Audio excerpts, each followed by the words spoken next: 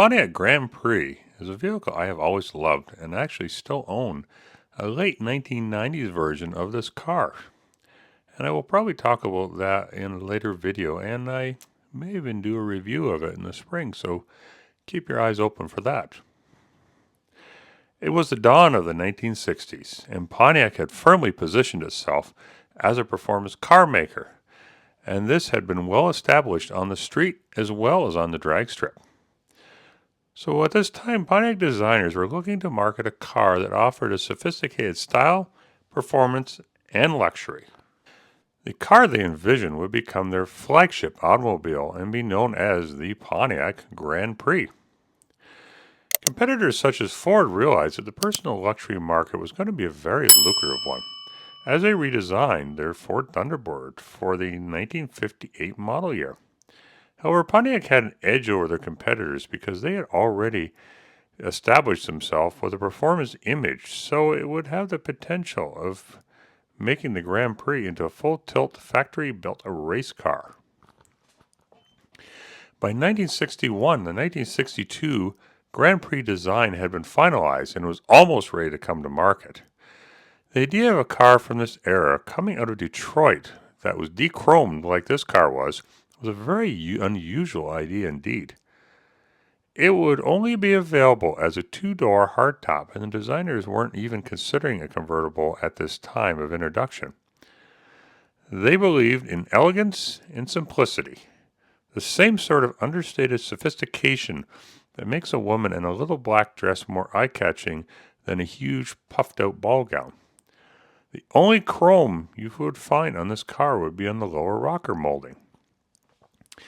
The interior was both luxurious and sporty at the same time, with bucket seats, console, floor shift, factory tachometer, and even a rear speaker, which was quite upscale at this time. It was an approach that easily kept up with and in many cases surpassed its competitors. When the car finally came to market and made its debut in 1962, this car would have its own springs, which would drop the ride height, and the absence of the chrome in this car would give the illusion that it was even lower to the ground than it actually was. The engines available for that year would be the economical 389 cubic inch V8, which put out 230 horsepower and 380 pound-feet of torque, but it was only available as automatic. Buyers looking for more ponies could opt for the 389 Tri-Power, which put out 318 horsepower and was available in both automatic and manual transmission. The next two engines up in the performance ladder were the Serious Performance power plants that were based on the heavy-duty block and special high-performance camshaft. The Tri-Power version of this engine was rated at 348 horsepower and 430 pound-feet of torque. This would end up being the top street engine, but not the top engine overall. Although it was not that popular, it was a real powerhouse. A 421 Super Duty race engine was available for the Pontiac Grand Prix. It was equipped with dual Carter AFB 4 barrels and sporting an 11-to-1 compression ratio.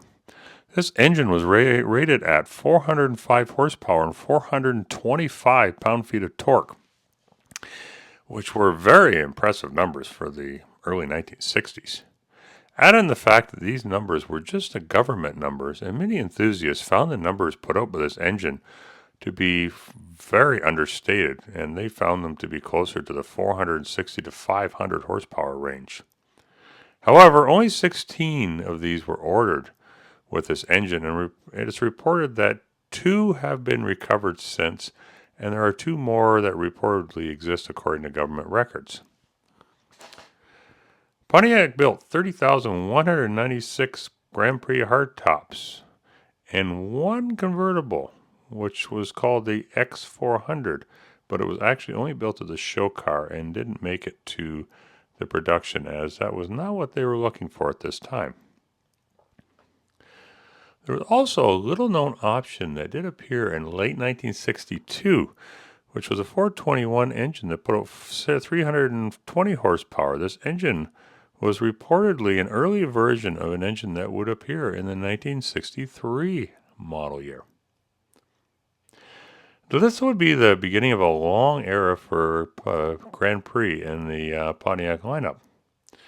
So stay tuned for the next episode, which will explore the Grand Prix starting in the 1963 model year and beyond.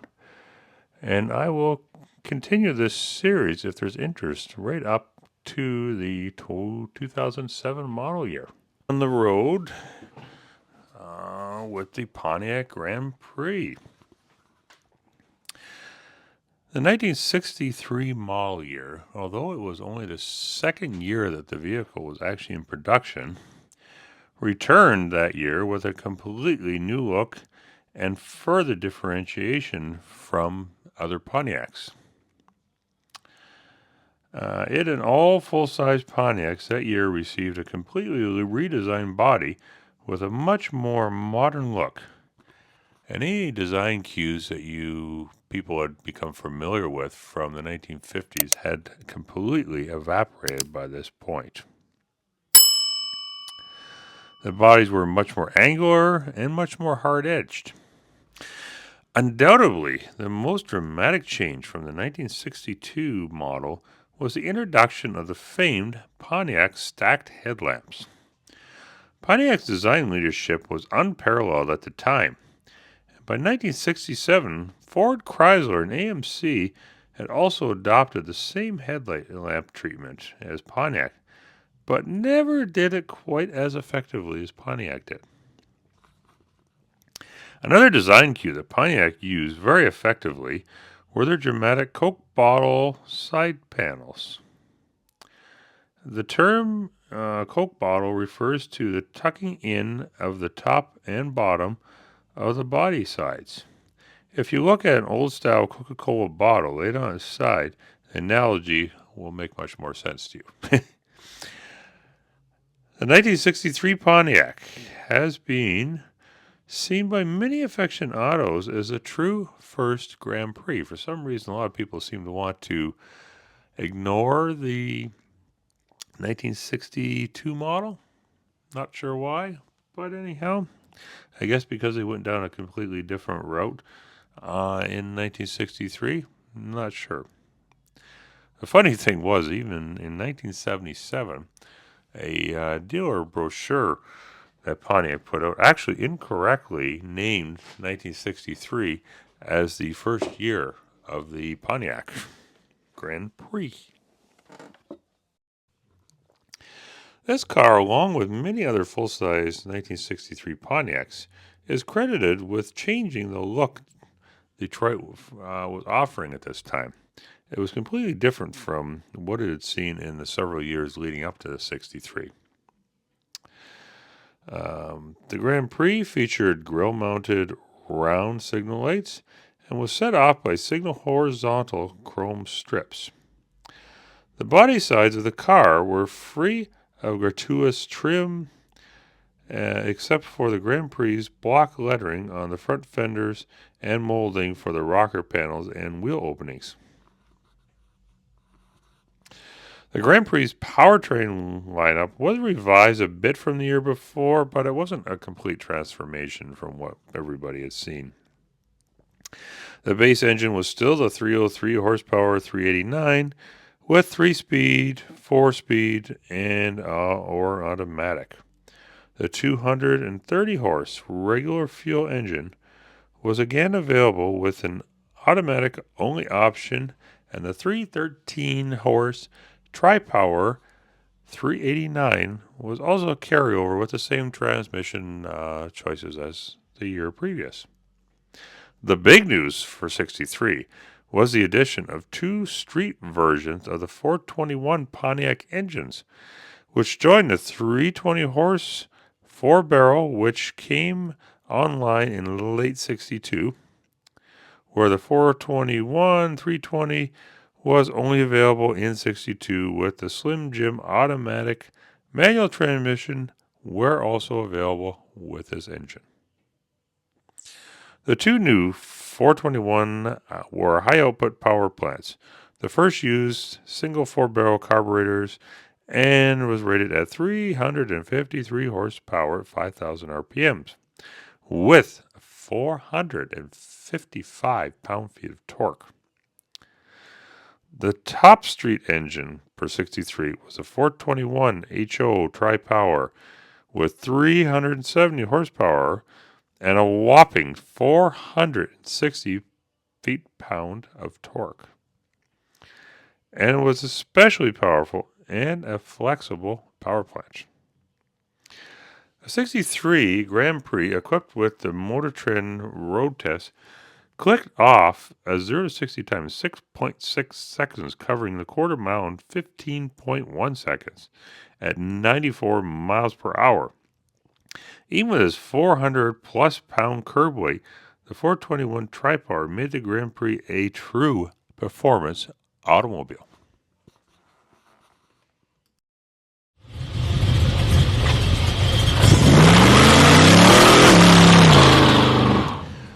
Let's continue our exploration of the Pontiac Grand Prix as we move into the 1964 model year. With an all-new body style that came out in 1963, Pontiac chose not to make any major changes this year. At the time, it was customary to make changes in a 3-year cycle. The first year was to introduce a car, then refine it in the following year. The third year, the cycle would begin. The styling changes for 1964 cleaned up the design a bit further than they were before, while retaining the styling cues that made a Grand Prix a Grand Prix.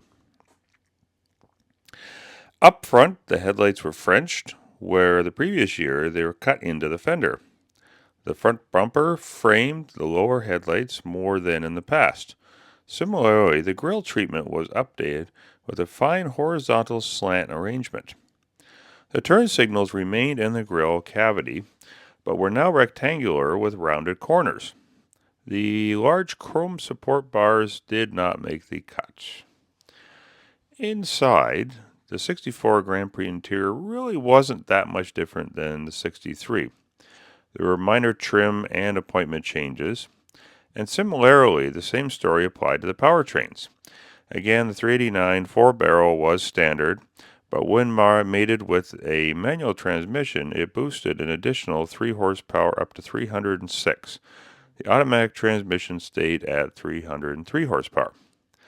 The 230 horse low compression 389 was still the economy engine of choice, though it did only still have an automatic transmission only option. Even though there was minimum changes to the Pontiac Grand Prix in 1964, much about Pontiac and GM was very different this year. This was the first full year of operation under the GM racing ban.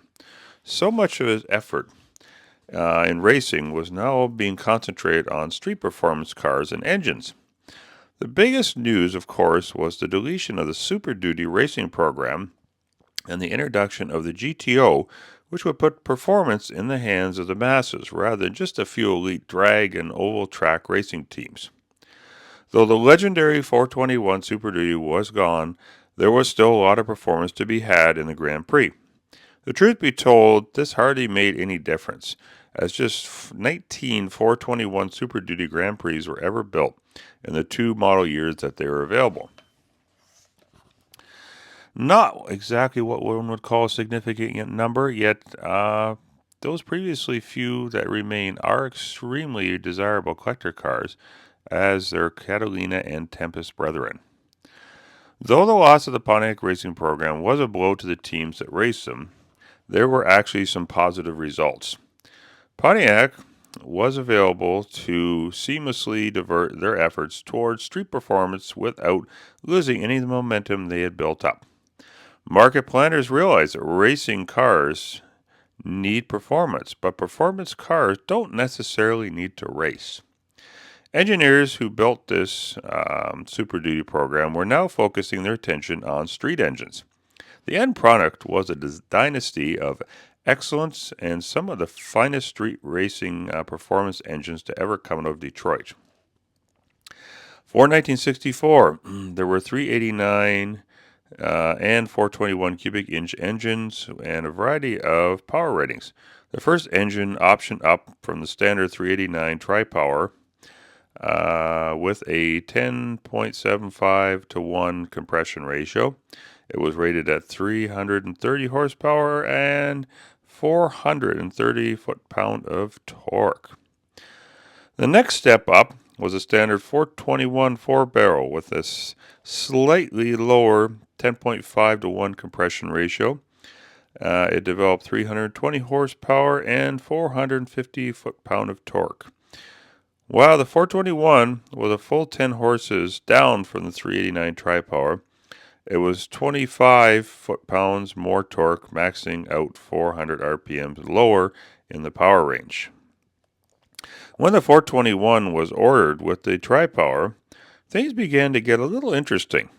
There were two versions, the milder 350 horse version that used Pontiac's standard camshaft and exhaust manifolds. The top dog engine was the famous 421 HO, which was good for a very impressive 370 horsepower and 460 foot-pound of torque. This was a brutal engine, especially coupled with the 4-speed manual transmission and performance rear axle ratio. The 63 X400 received a major facelift for the 1964 show season. The car was a strong predictor of things to come, as the front end and styling was used later in the 66 Grand Prix and GTO, almost completely intact.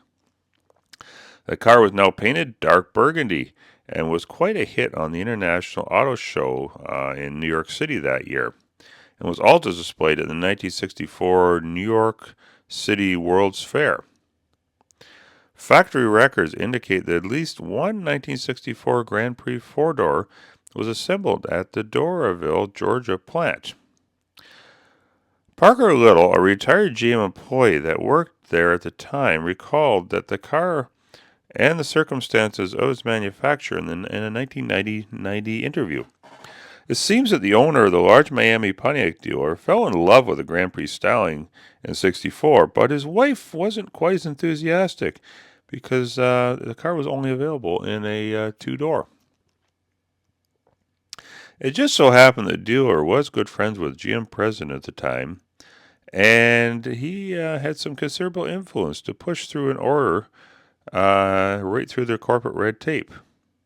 Some temporary tooling had to be constructed to build a car mostly for the interior. Little recall, this was a very special Grand Prix that had custom front and rear door panels and rear seat cushions. It also sported bucket seats. Council and Mr. Little adds was loaded in all respects, and it is not clear as to what engine the Grand Prix was built with. Sales for production Grand Prix dropped off this year a bit by about 10,000 units to 63,810. This was partially due to the introduction of the Catalina 2+2, a sport coupe that actually approached the Grand Prix in terms of price when heavily optioned. Also, the competition was starting to catch up with the Grand Prix and noticing what they were doing. And a new generation T-Bird sold 92,465 units that year, well above the Grand Prix. Other cars in the GP's class also ate into the sales as well. Chrysler's 300 and the Buick Riviera were not selling as well as the Grand Prix, neither were the Oldsmobile's Starfire and Jetstar 1, though collectively they were taking a significant bite out of the Grand Prix sales. I hope you guys are enjoying this classic car series as much as I am actually researching it and even learning some things about these cars that I didn't even know myself. So please stay tuned as I move on into the next generation of the Grand Prix, which spans from 1965 to 1968, and see what GM was up to in these years. The year was 1965. The GP had been totally redesigned for its second generation. It was placed on an all-new 121-inch wheelbase B-body chassis that it continued to share with the Catalina. While the chassis was all new, the body continued to have lots of familiar Grand Prix design cues, such as the stacked headlights, grille-mounted turn signals, concave backlight, and hidden taillights. The Coke bottle styling was even more evident on this generation than the previous one. The body sides had a skeg running along the bottom of the rear door and rear quarter. The lines for this generation to me were even more striking than the previous generation was. The 65 GP had grown in size by about 1 to 2 inches, which isn't a lot, but with the addition of some of the new design cues, including but not limited to the fender skirts, it appeared much larger than it actually was. This generation was noticeably trying to lean more towards the luxury segment than the sporting segment it had been leaning towards previously, largely due to the success of the Ford was having with their Thunderbird. Pontiac still had an edge over Ford because it already had sealed their sports car image. By this time, the GTO, however, was becoming a truly popular sports car, so Pontiac could afford to move the GP a little bit more towards the luxury roadster image. One of the biggest changes for 1965 was the engines. Power was increased for all V8 motors. GM had a new cylinder head design, improved porting, made some changes to the water jacket design and intake manifold, which combined all helped to contribute to very much improved horsepower for this generation. Another big change this year was an improved automatic transmission. The poor performing Slim Jim Hydromatic was finally put to rest. An all new Turbo Hydromatic 400 would become the new automatic tranny for the GP.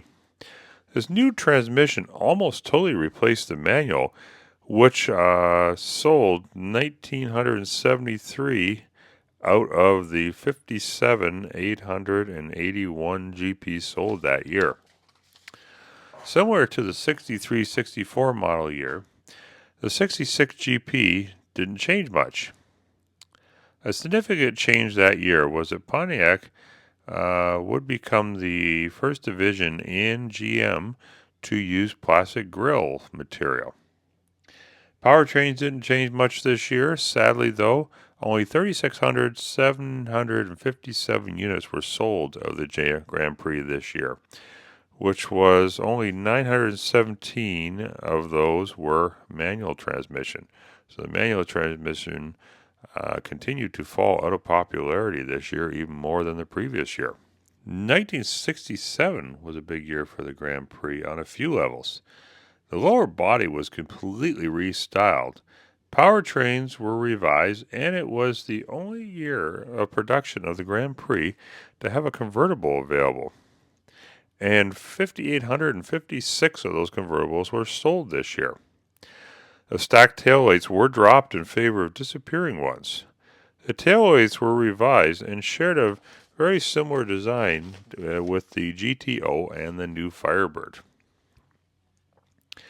All powertrains were received an increase in power, but one of the most notable changes was the loss of the tri-power induction system. This was because GM was restricting the use of multiple carburetors in all cars with the exception of the Chevrolet Corvette. Pontiac numbers increased by 6,226 units for the GP in 67. But if you subtract the convertibles, it was actually only an increase of 368 units. The 1968 Grand Prix was the slowest selling year yet with only 31,711 units sold. There was just too much competition by this point, both from within GM and beyond. By this point, the convertible had been dropped and was given to the Bonneville Brougham, and it was becoming painfully evident that the Grand Prix as a full-size performance car was quickly falling out of favor with average Joe public. It actually hadn't gotten much larger than it previously was, but the more rounded lines that it now exhibited were making it look a lot larger than it actually was. On the flip side, the powertrains that the Grand Prix had in this year were actually never better, with a wide array of great V8 engines, everything from the base 400 4-barrel at 350 horsepower to the Kingpin 428 HO with 390 horsepower and 465 pound-feet of torque. This year would be the end of the road for the B-Body Grand Prix. But what would the next generation have in store as the Grand Prix marched towards the height of its popularity? Tune into my channel again very soon to find out in the next video what the future holds for the Pontiac Grand Prix. The year was 1969. America was entering an era of futuristic designs and a fascination with space exploration and UFOs. The 1969 Pontiac Grand Prix met that calling, and there will be a very interesting twist to this story, so stay tuned to the end of this video to find out more. By this point, the public had spoken and Pontiac listened.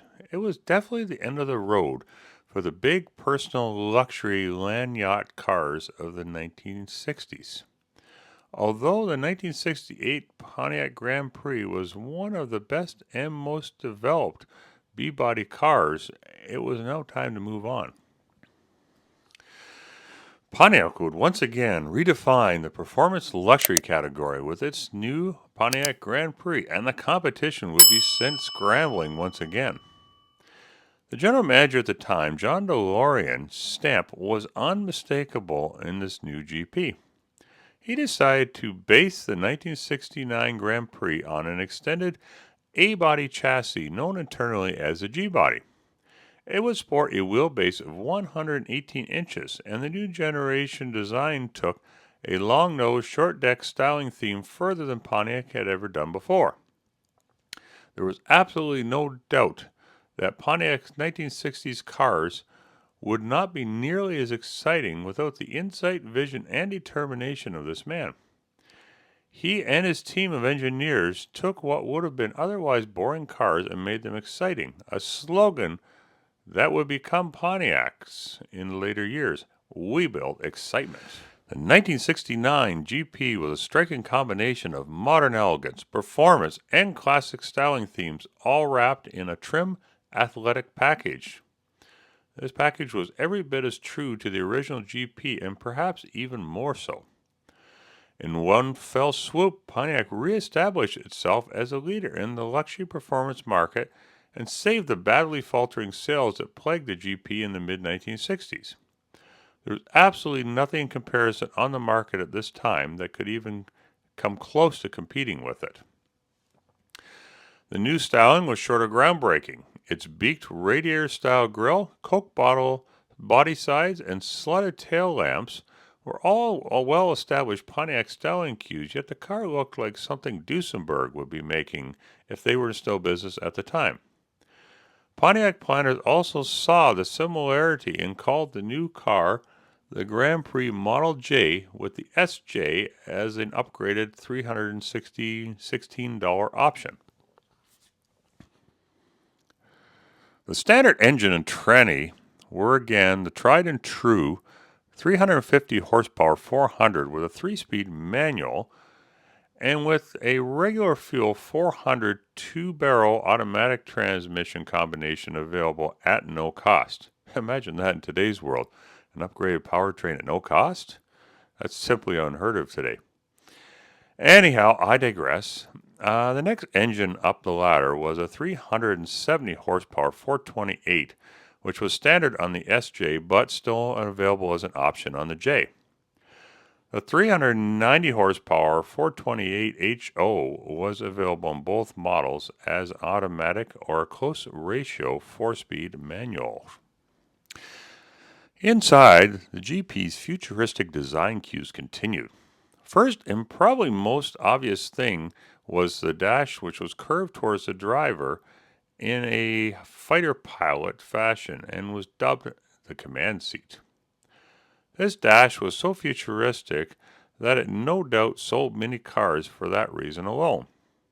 I've always believed that the interior of the car is actually a lot of times more important than the exterior because it's the part of the car that you spend the most time looking at.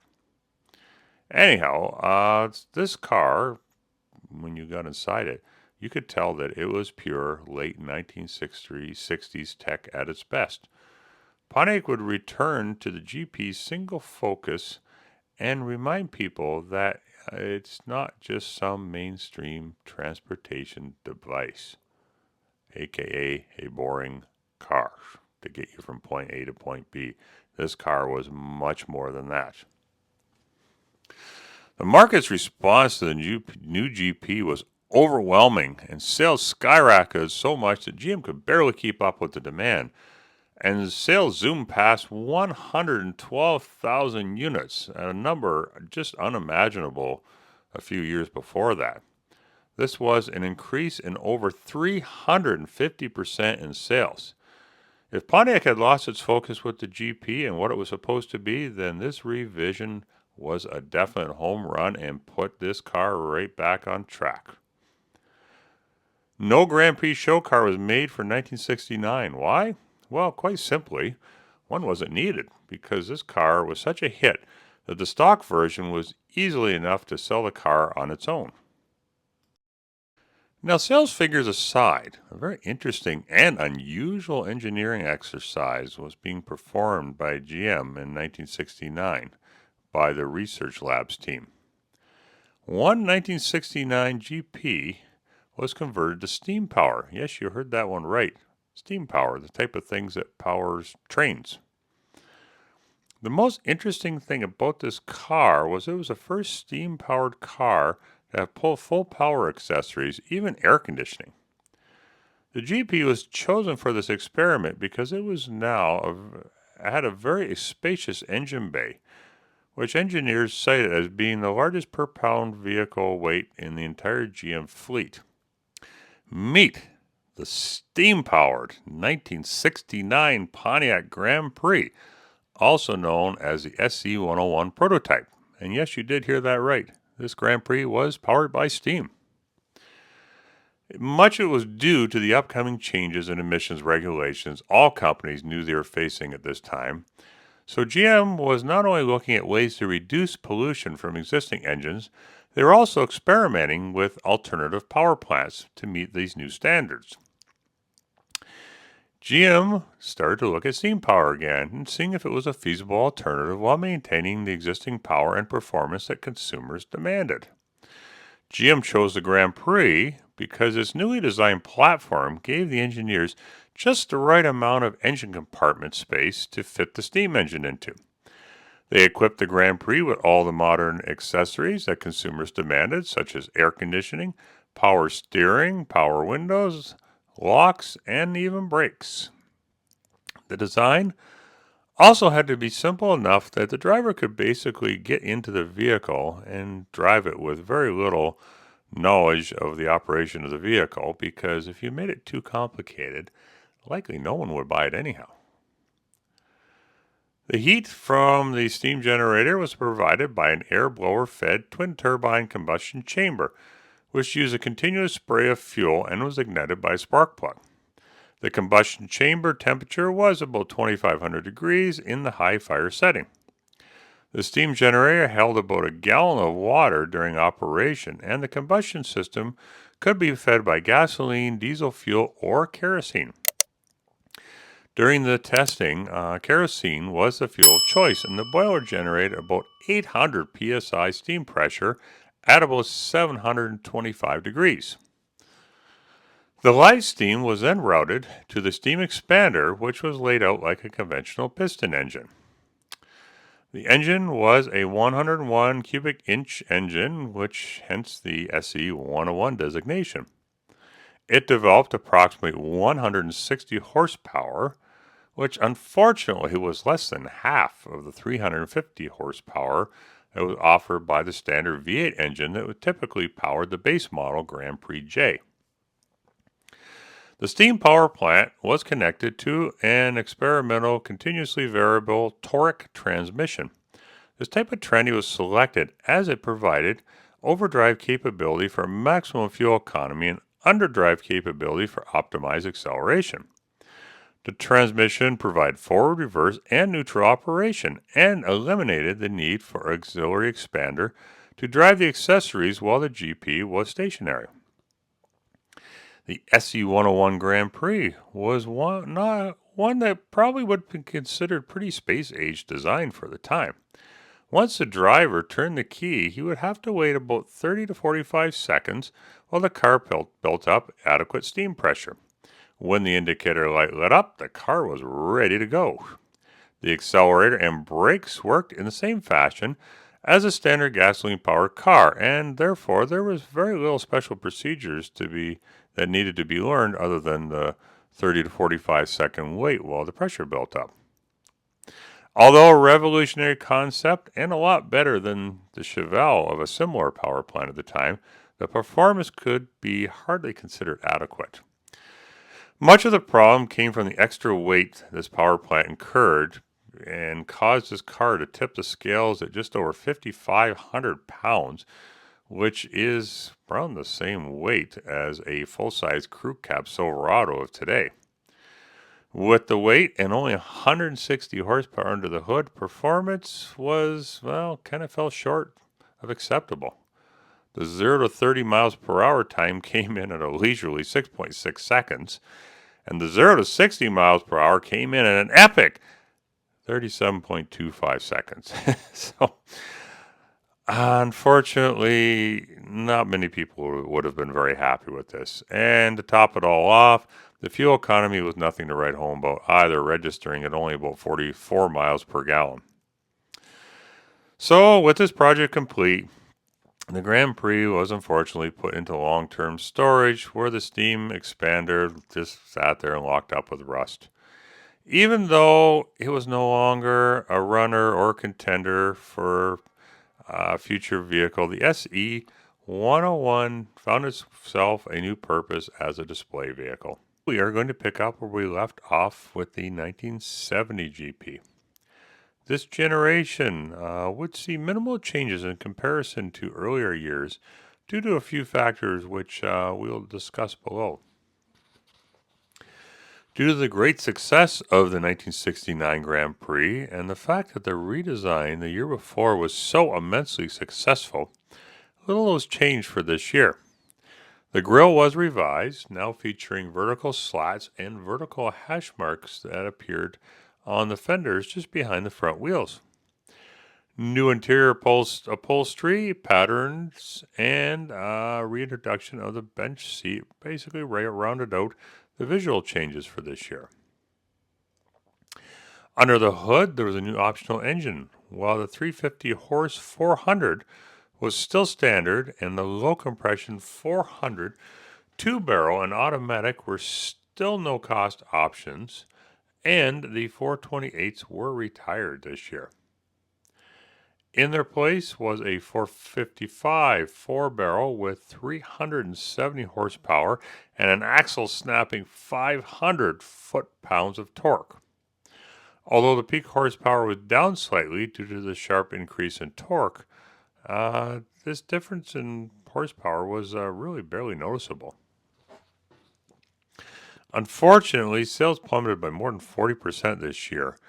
Not really due to any fault of the Grand Prix, but it was more GM and how Chevy and Oldsmobile both released two competing vehicles, the Monte Carlo and the Cutlass Supreme respectively, which both ate into the Grand Prix sales this year.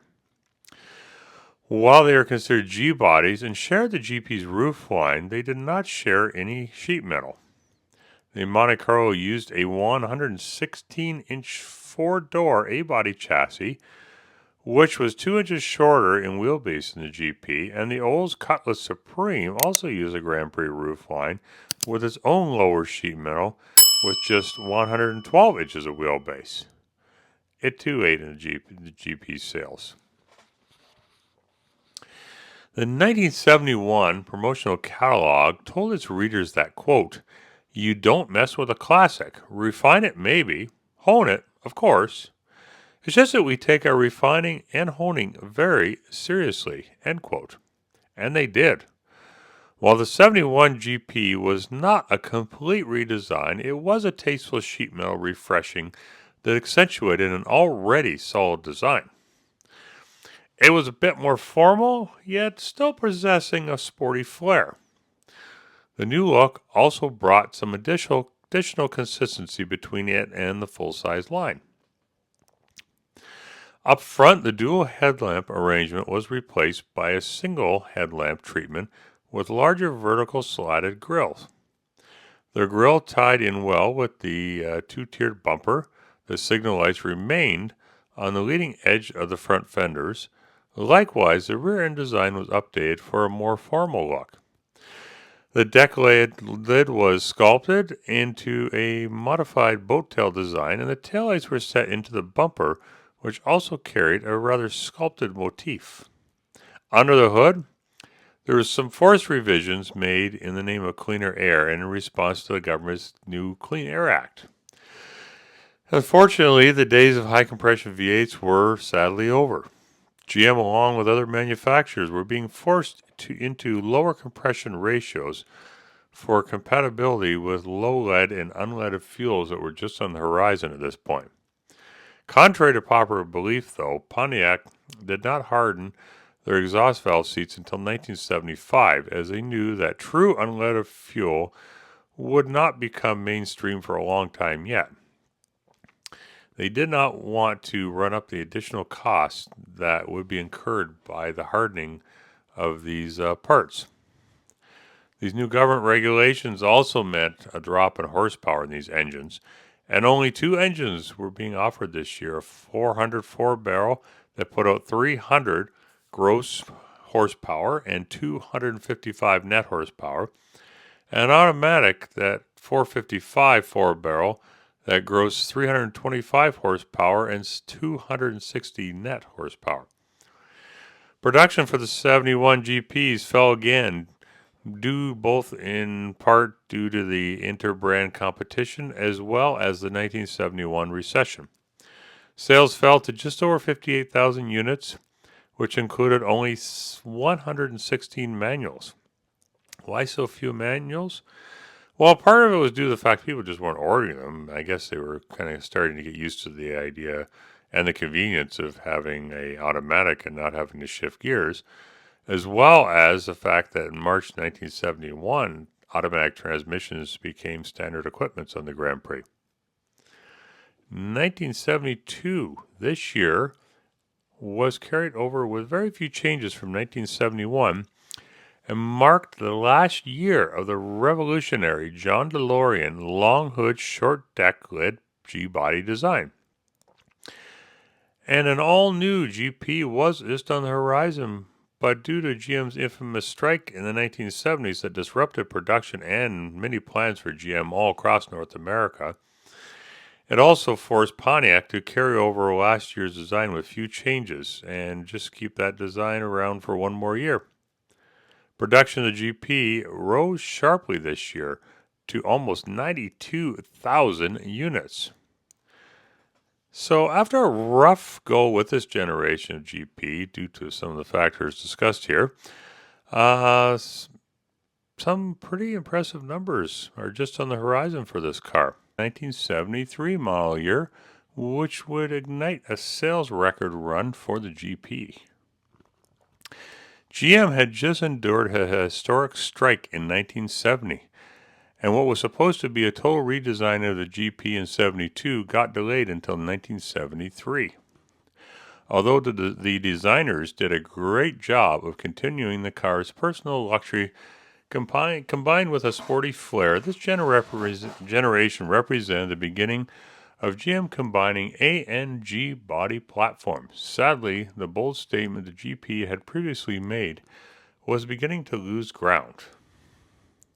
Like its interdivisional cousins, the Grand Prix featured a new colonnade roof style with a fixed rear opera windows. This new roof design was a result of new government safety regulations, and the new design Combine the graceful look of a hardtop with the additional rollover protection afforded by a beefy B-pillar. Up front, the headlight and grille design recalled the look of the previous generation GP with its large vertical slatted grille and dual headlights finished off with a seared bezel. Like the earlier cars, the turn signals were cut into the leading edge of the front fenders. The Grand Prix slim front bumper jutted out ahead of the grille and just another bow to the safety regulations of the day. It was suspended by energy absorbers that bounced back from minor impacts. The most apparent difference to this generation of the GP was the loss of the long, almost exaggerated hoodline of the previous generation to a much more subdued modern version that would become the standard G-body platform. But in keeping with the tradition of the hood, still featured a familiar ironing board cutout that came to a point at the grille. The rear of the new GP featured a new interpretation of its predecessor's sculpted rear decklet. While the slotted tail lamps were no longer set in the rear bumper, the design was an evolutionary step in the GP's history and integrated the protruding rear bumper into the overall design as well as could be expected. Two versions of the GP were available: the base model and the sportier SJ model. The SJ model featured a larger standard engine and a radial tuned suspension RTS, which would give the car a much more sporty feel. Inside, the buyer would find a custom padded steering wheel and African Crossfire mahogany instrument panel insert, and the J designation for the base model was dropped for this model year.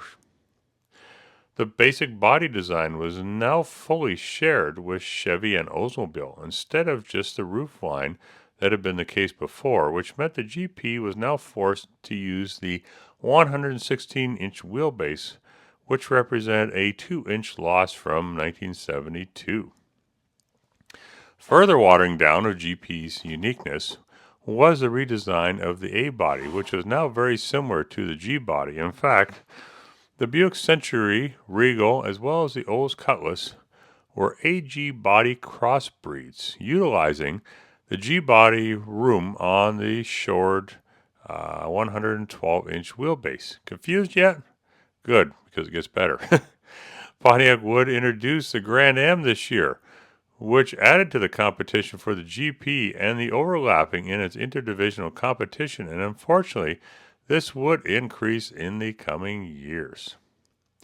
A little known fact about the legendary 455 Super Duty V8 is that it was slated to be used in the GP as well as the GTO and the Grand Am, and even mentioned in some dealer catalogs, but it never came to pass. Instead, it was only offered in the Firebird Formula and the Trans Am.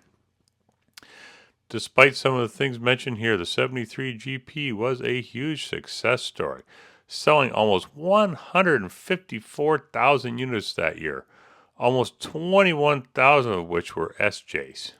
In fact, GM's G-bodies were all selling amazingly well this year, with the Monte Carlo selling a very impressive 233,689 units, and the Olds Cutlass Supreme selling almost 246,000 units. As you can see, 1973 was both an exciting and a challenging year for the Grand Prix. 1974 saw only minor cosmetic changes, most notably to the front end, which combined to make it look a bit beefier than it had before. Out back, the tail lamp were now paired with vertical units on the sides received sculpting lines, and the J designation to the base model made a reappearance this year. The power plants continued to stay much the same as the year before, although the 400 did lose up to 5 horsepower from the previous year, and the manual transmission still continued not to be an option. The 1973 Arab oil embargo was a major blow to the intermediate car market, as the resulting shortages pushed gas prices to new heights, and buyers began to flock to smaller, more economical cars. This resulted in the sales of the GP dropping over 57% this year. However, it was still the third largest sales numbers to date, with almost 100,000 units being sold. 1975 saw only minor changes, but there were now three trim levels. The J and the SJ returned from 1974, and the new luxury version, the LJ, which varied somewhat in terms of available upholstery and trim levels, now appeared on the scene. The big story of the year was the significant changes to emission controls devices and subsequent reduction in horsepower. This was the very first year for the mandatory use of unleaded fuel in all new vehicles, as well as catalytic converters. All Pontiac V8s received the new GM High Energy Ignition System, HEI, which claimed to deliver 3 times the firing power to the spark plugs, allowing for a wide plug gap. This resulted in a more complete combustion, and which aided efficiency and reduced emissions somewhat, and in addition, compression ratios were also further dropped. This was a huge change because all this combined resulted in big drops in horsepower. The 400 was now rated at a rather lethargic 185 horsepower, a full 40 horses drop from the previous year. The 455 four-barrel was down to just 200 horsepower, and still standard on the SJ. This was not a positive story for a performance car enthusiast. As a result, sales numbers dropped again this year, landing at just over 86,000 units. But the new luxury version did quite well at almost 15,000 units alone. Pontiac built a rather unusual concept car during this year. While it was not a glimpse to the next generation of GP, it was intended to preview some of the upcoming features of future Grand Prix. The car had a hand-formed aluminum body and a non-production all-aluminum 250 cubic inch Pontiac V8. Unfortunately, this unique experiment was never shown, and most likely because it was far more advanced than the cars that it intended to preview, and few of its features ever saw the light of day. 1976 would see its first major facelift of the Pontiac Grand Prix, now in its 4th year with its new body style. The new styling effectively updated the look and significantly broke with tradition. Up front, the familiar dual round headlamps were now replaced with quad rectangular units. Likewise, the grille was all new with a waterfall design that filled over the top of the header panel. This cleverly executed front-end update was a dramatic change from the previous Duesenberg-inspired design, which could be traced back to the 1969 model. And in order to increase sales in a lowered end of the personal luxury market and fill the void left by the departure of the Grand Am, Pontiac made a value leader out of the entry-level Pontiac Grand Prix by dropping the base price by almost $500, which was a significant drop by 1976 numbers. Power would come in from a 160 horsepower, 350 cubic inch 4-barrel in California, mated with a turbo 350 automatic, both borrowed from the Le Mans line. Up to this point, the 350 was the smallest engine ever offered in a GP. This budget model would also come with a 60-40 split bench, and although not as luxurious looking as before, it still had a very attractive interior and exterior. As well as the engines mentioned, there would also be a 185 horsepower 400 4-barrel, which was now the standard engine in the SJ. The 200 horsepower 455 4-barrel was now an option for all models. The reshuffling of the standard and optional equipment was exactly what the market demanded, and the Pontiac Grand Prix was rewarded by another sales record of over 228,000 units. And while that paled in comparison to Monte Carlo's just over 353,000 units, it would still represent a 263% jump in sales, which was a tremendous jump by anyone's standards. To commemorate the Pontiac's 50th anniversary, GM released a special edition Grand Prix LJ. As one would expect, all of them were painted gold and featured such niceties as removable roof latches, specific 50th anniversary hood ornament, trunk lock cover, and unique pinstriping. Pontiac built just 4,807 of these, making them fairly rare when new and even more rare today. This could be considered a good bet for a future collectible, as few are ever seen at car shows. Pontiac built one of the 1976 Grand Prix with a yet-to-be-introduced 301 V8, the GP and companion 1976 Sunbird, with the soon-to-be-released 151 Iron Duke four-cylinder, were part of a publicity campaign sponsored by Pontiac and National Car Rental. These two cars were driven around the world to show that the National Car Rental brand, and the Pontiacs in particular, were reliable vehicles that customers could place their trust in. The 1977 model year would prove to be the last year for the Grand Prix on the second-generation G-body platform.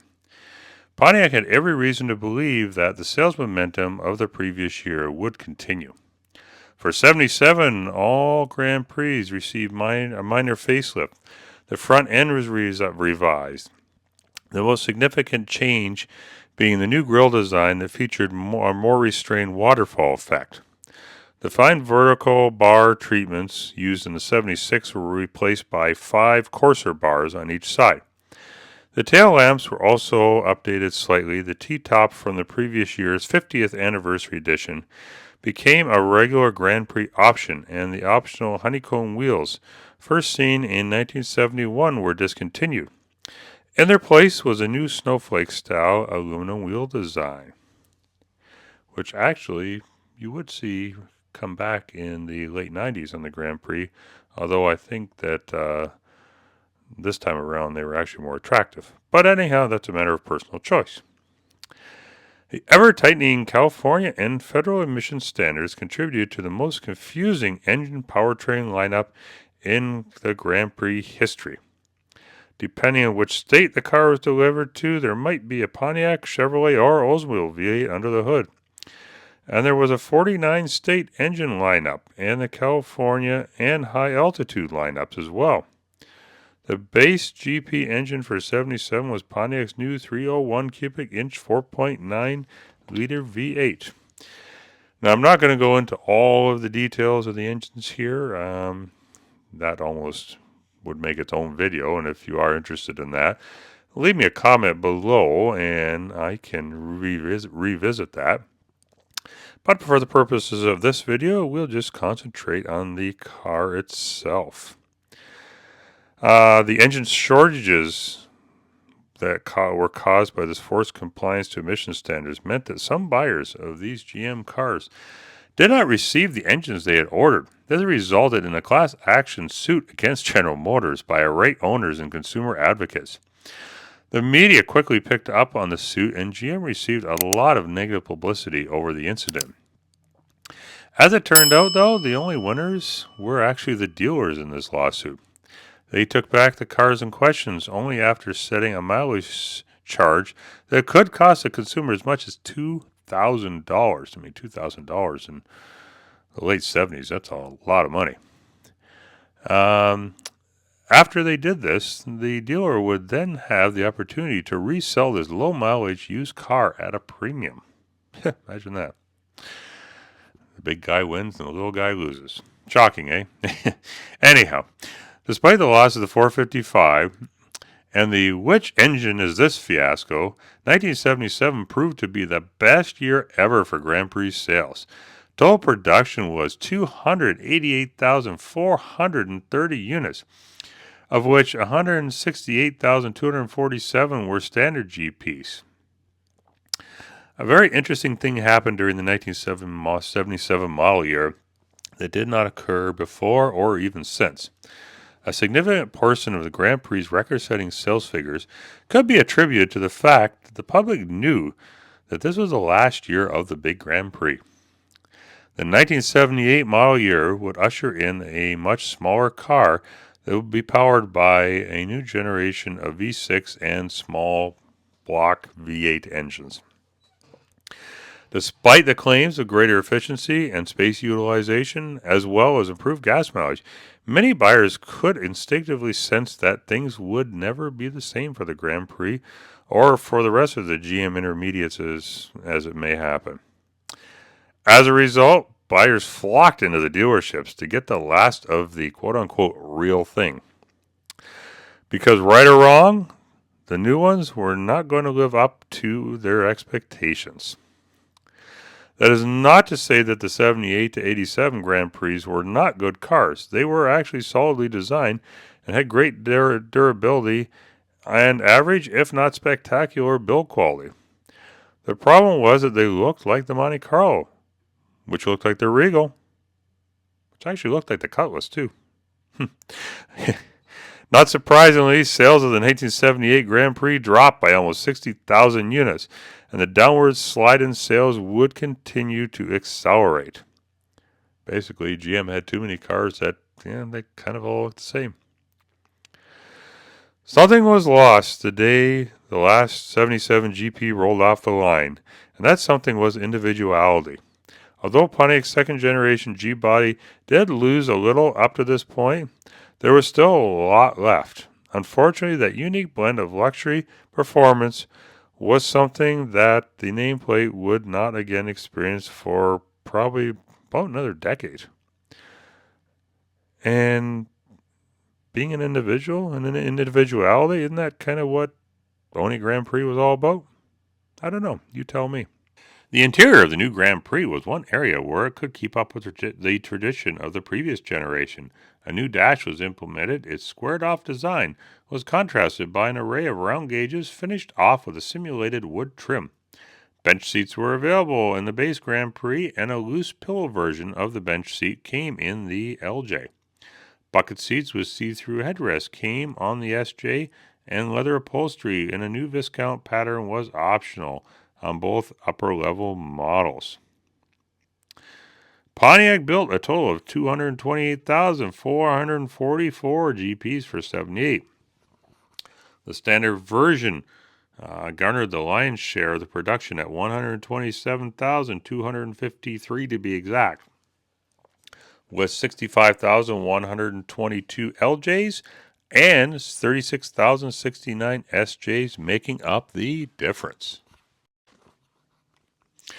Signaling a corporate trend that would last until this day, the 1979 Grand Prix were almost identical to the previous year, differing only in grille mesh, taillight lenses, and interior appointments. Powertrain changes were limited to 2. The V6 was now the base engine on the LJ as well as the base Grand Prix. And breaking a 9.5-year hiatus, a 4-speed manual transmission was made optional with the 301 4-barrel engine. Unfortunately, this manual shift option would prove to be a 1-year-only reintroduction, as only 400 units were sold that year. Production for the 1979 year fell to 210,050 units, primarily due to a late-season oil shortage that sent many buyers scurrying to the safety of smaller, more economical 4-cylinder compacts. Production breakdown for 79 was as follows: 124,815 base models, 61,175 LJs, and just 24,060 SJs. The 1980 Grand Prix differed so little in appearance from the previous two model years that it really is tough to distinguish one from the other. The changes were limited to the grille and the aforementioned taillight lenses. The differences that were most significant were mechanical. Power plant selection was revised a bit this year. While the base LJ model received a Buick-built V6 as standard equipment, the SJ was fitted with the new EC electronically controlled 301 4-barrel engine. SJ models sent to California received the Chevy-built 305 standard, and it was optional in the base LJ models as well. The new Pontiac-built engine was introduced in 1980 and was made available on the base and LJ versions of the GP. It had 265 cubic inch displacement and was identical to the 301 in many respects. It shared the same basic thin wall casting design principles, though the block was recast to accommodate the smaller 3 3/4 inch bore and the 3-inch stroke that was the same as the 301. In an extremely mild state of tune, the 265 cranked out in a rather anemic 120 horsepower with 210 foot-pounds of torque. The 265 sported an 8.3 to 1 compression ratio and a 2-barrel carb. The engine was a product of the times. It was designed primarily for gas mileage and low emissions. It turned out to be a pretty decent engine in those terms and basically didn't make enough power to hurt itself. So durability was better than average, but compared to the 2.8 liter V6 that was used in the X cars that made 115 horsepower and hauled a lot less weight, it really didn't look that appealing to the public. Had the 265 and 301 stuck around long enough to benefit from heavy-duty component development and modern turbo technology a la Buick Grand National, they would have been extremely powerful engines. High performance was not the agenda of the day, unfortunately, and such upgrading was really never explored. Pontiac built 110,819 Grand Prix for 1980, almost 100,000 units less than the previous year. This again was due to the aftermath of the second oil shortage that had buyers turning to smaller cars. Breakdown was 72,659 base models, 34,968 LJs, and only a meager 7,087 SJs. With the spiraling sales, Pontiac gave the 1981 Grand Prix all-new sheet metal, giving it a cleaner, more aerodynamic look.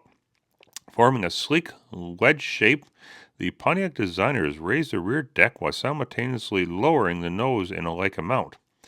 The bumpers were now urethane with a bright metal lower section. Styling changes were very attractive and eliminated the awkward boxy look of the previous 3 years. Aerodynamic drag was reduced by a whopping 20%, and this new Grand Prix would now become a fan favorite of NASCAR. It was at this time that Pontiac began a long and successful relationship with NASCAR legend Richard Petty. Power plant choices for 1981 were again revised. The 301 was deleted from the lineup, although it was available in other Pontiacs. The 231 Buick V6 returned, as did the 265 Pontiac. A third engine was made optional for the GP. It was, of course, the much misaligned 350 Oldsmobile diesel, belching out 105 horsepower and 205 foot-pounds of torque. The diesel would go down in history as the most trouble-prone engine ever produced by GM, next to the copper-cooled Chevy of 1923. With the exception of the 1986 Grand Prix 2+2, Grand Prix of the 1981-87 model years were almost completely identical from a cosmetic point of view. It seemed as though most of the development for this generation of the Grand Prix stopped at this time, and really all they paid attention to was keeping up with the CAF standards. Production for 81 was 147,711 units, 74,786 of the base model, 46,842 LJs, and 26,083 of the new Brougham models. For 1982, the diesel was the only V8 engine available in the Grand Prix, the 265 Pontiac engine, which traced its roots all the way back to 1955, was dropped. The other two engines available were the 231 Buick V6 and the new larger 252 cubic inch version. That year, it ultimately go down as a low water mark for the Grand Prix. At that point in time, the Pontiac Motor Division itself was in danger of being phased out completely, and the dealer structure integrated now with Oldsmobile. Things were truly dim for the wide track camp. Production plummeted in 1982 to 37,672 base cars, 29,726 LJs, and just 12,969 Bromes for a total of 80,367 units. For 1983, the Grand Prix would once again receive a V8 engine. Although it was a 305 four-barrel corporate engine sourced from Chevrolet, it replaced the 252 Buick V6, which was deleted from the GP lineup. Production numbers were up slightly this year to 87,798, including 41,511 base cars, 33,785 LJs, and 10,502 Bromes. In 1984, the LJ name was replaced with the LE, and the 4-speed automatic was offered with the 305. The familiar snowflake wheels were replaced with new turbo-finned aluminum design. Production slid to 77,444 units, with 36,983 base models, 31,037 LEs, and 9,514 Bromes. For the 1985 model year, the Grand Prix was almost a complete carryover from the previous year, except a revised grille bar design and the deletion of the diesel Oldsmobile power plant. Once again, production totals continued to drop. 59,783 units this year, with 30,365 base, 21,195 LEs, and just 8,223 Bromes. 1986 was a significant year for the Grand Prix because it was the only year that the 2+2, a NASCAR-inspired street machine, was available, borrowing its name from the famous Catalina-bodied factory hot rod of the mid-1960s. The shape of the new 2+2 on its production version was indeed a slippery piece. Up front, the front fascia panel was constructed of urethane and was heavily sloped. The grille was a honeycomb mesh pattern, and the front spoiler provided additional cooling and reduced wind resistance. The rear section of the car was heavily modified as well. The aerodynamically inefficient notchback roof design was smoothed over with a large bubble-like rear window and an abbreviated trunk lid with a rear spoiler. Unfortunately, the performance of the 2+2 was not nearly as exciting as its racy exterior might suggest. The only available power plant was a 165 horsepower 305 four-barrel hooked up to a 4-speed automatic transmission. This was the same power plant that you could order in a regular GP. And unfortunately, it was a far cry from the underrated 235 horsepower Buick Grand National engine, or even the 190 horsepower high output 305 that came in the Monte Carlo SS of the same period. The exterior of all regular production 2+2s came in only one way, an attractive two-tone paint scheme, featuring silver above the belt line, charcoal gray below, and a red accent striping between the two. The color scheme was also accented with blacked-out window trim. Although the Grand Prix 2+2 fell short of most enthusiasts' expectations in terms of performance, it was still a very attractive design.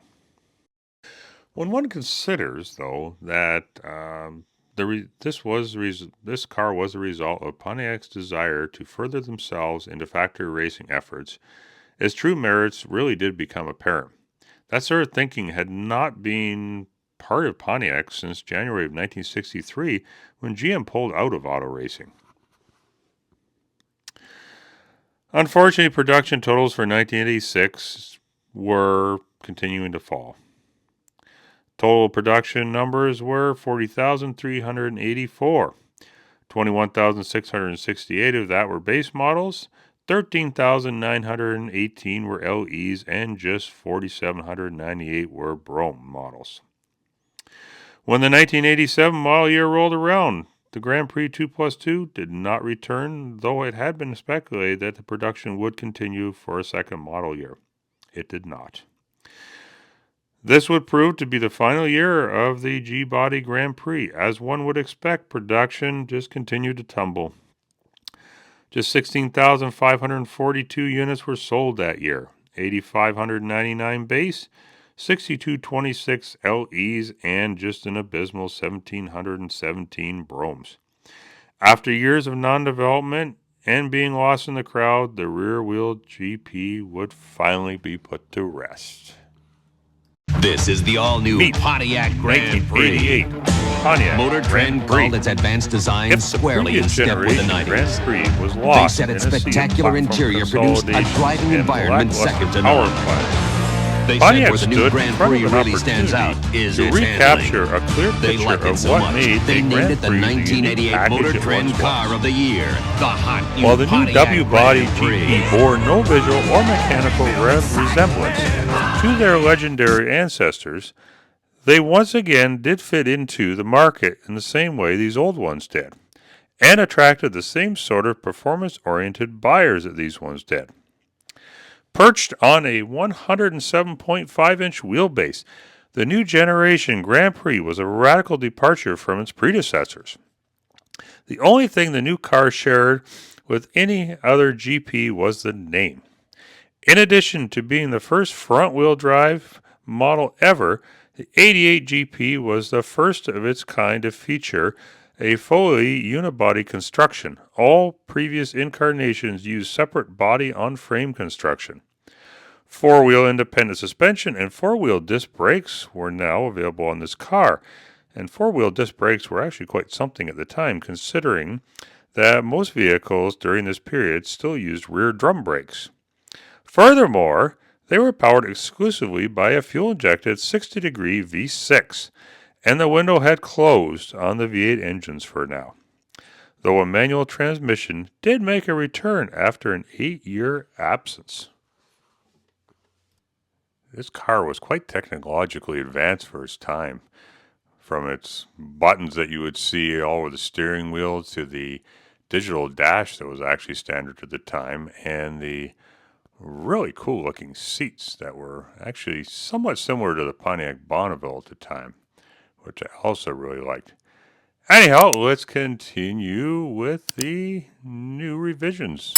The styling of the new Grand Prix was also a radical departure from previous generations. Though familiar Pontiac cues, such as the split front grille, were retained, their interpretation was now incorporated in a new aerodynamic package. Up front, a urethane fascia housed flush-mounted headlamps, which flowed into a low-profile hood. The windshield was radically laid back at a 62-degree angle, which aided airflow over the cockpit. The roof was a semi-fastback design, and the rear deck was noticeably shorter than in previous editions, yet trunk space was not adversely compromised. While the basic GM10W platform was actually shared with the Buick Regal, Oldsmobile Cutlass Supreme, and upcoming Chevy Lumina, none of these cars had exterior sheet metal that would interchange with any of the other division's cars, giving each car a very distinctive look without the added expense of tooling up for a completely different car each time. The cookie-cutter look had finally been eliminated. About time. They did, however, share much underneath, incorporating McPherson struts up front and independent tri-link design in the rear. The body shape of the new GP was clearly the effort of extensive wind tunnel testing combined with sensible interior volume constraints. The efforts paid off, as the coefficient drag for this base coupe stood at 0.299, a very impressive number, which was easily in F-body territory. As one might guess, this slippery silhouette of the GP was an immediate hit, with NASCAR racers and racing fans, as well as, to a lesser extent, drag racers. The new Grand Prix offered 3 versions: the base model, the luxury edition, the LE, and the sport edition, SE. A sort of reincarnation of what the old SJ series was.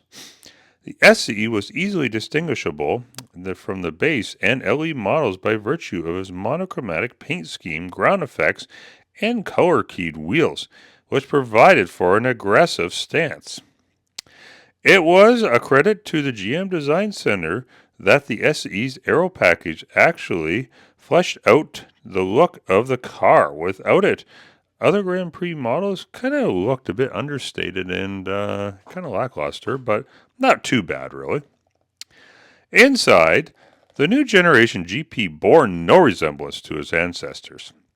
The base car came with a bench seat, 60-40 split, or an optional bucket seats. The LE had split bench standard. Both versions had LCD electronic instruments clusters standard, with analog gauges actually being an optional feature now, and a rear seat for 3 passengers. The big difference here, also in the interior, was that the SE came standard with air bladder adjusted articulated reclining cloth bucket seats with leather covering optional. Now the real story here is the rear seats were also bucket seats, and quite comfortable at that, with seating though just for 2, with a folding rear console. I honestly, this was actually a really neat thing at the time that they did with that seat that really set it apart from other cars of its time. They also had rear seat access down the middle in these cars, so if you were carrying skis or 2x4s, then you would be able to fit them into the trunk.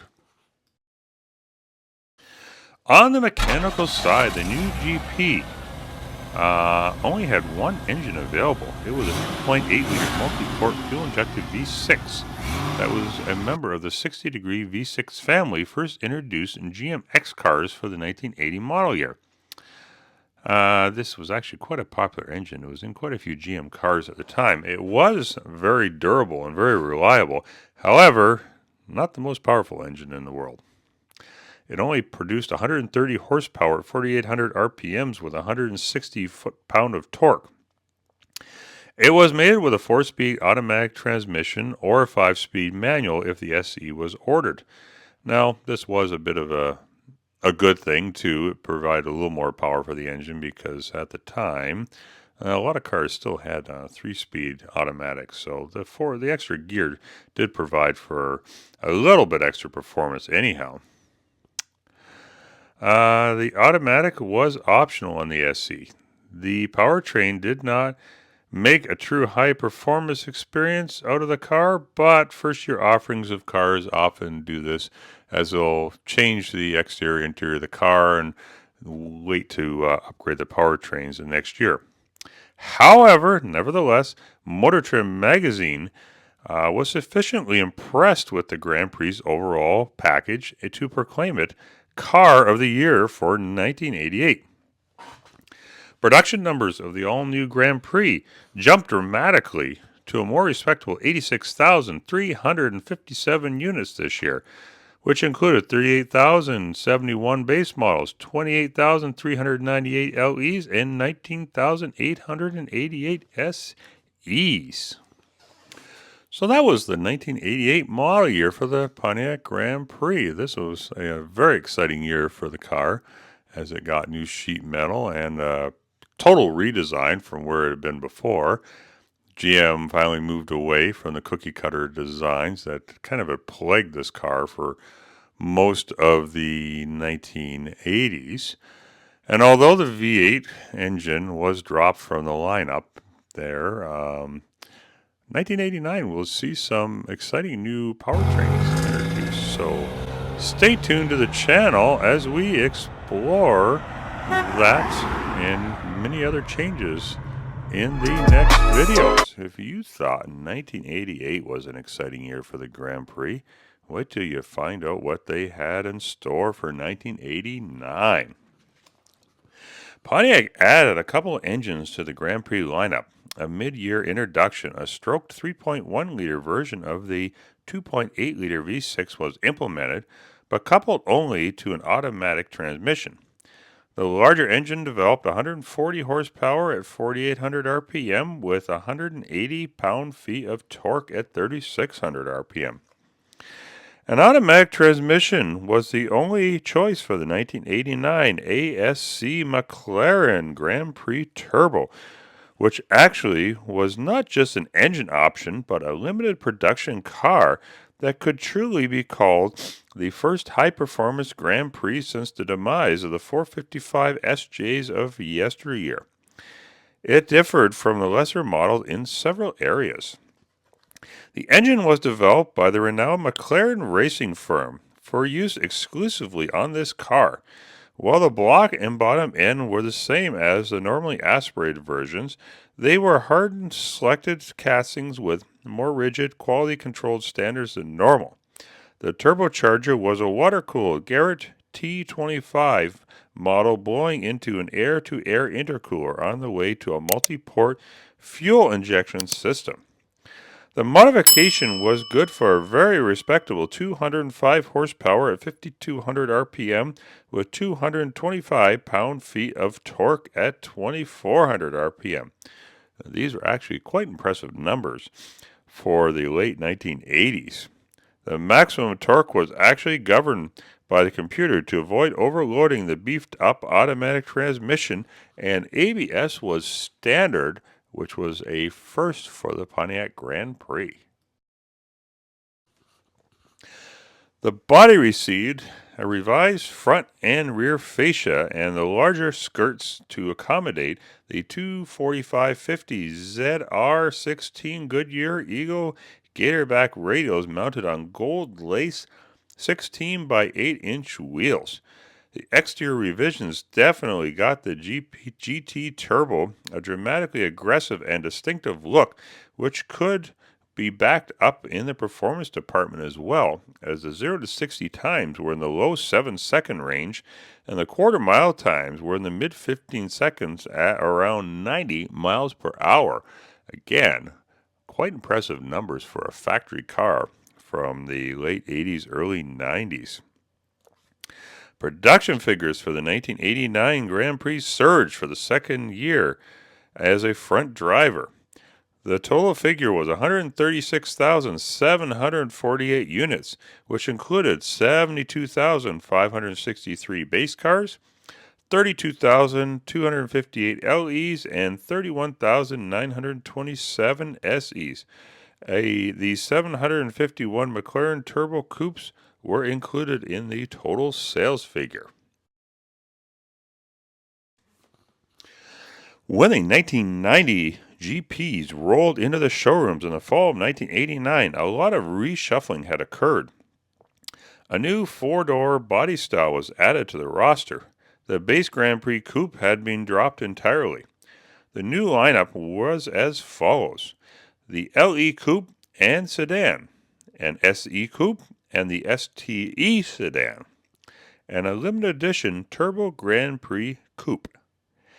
The new engine was added to the lineup, which was a 2.3-liter Oldsmobile design Quad 4.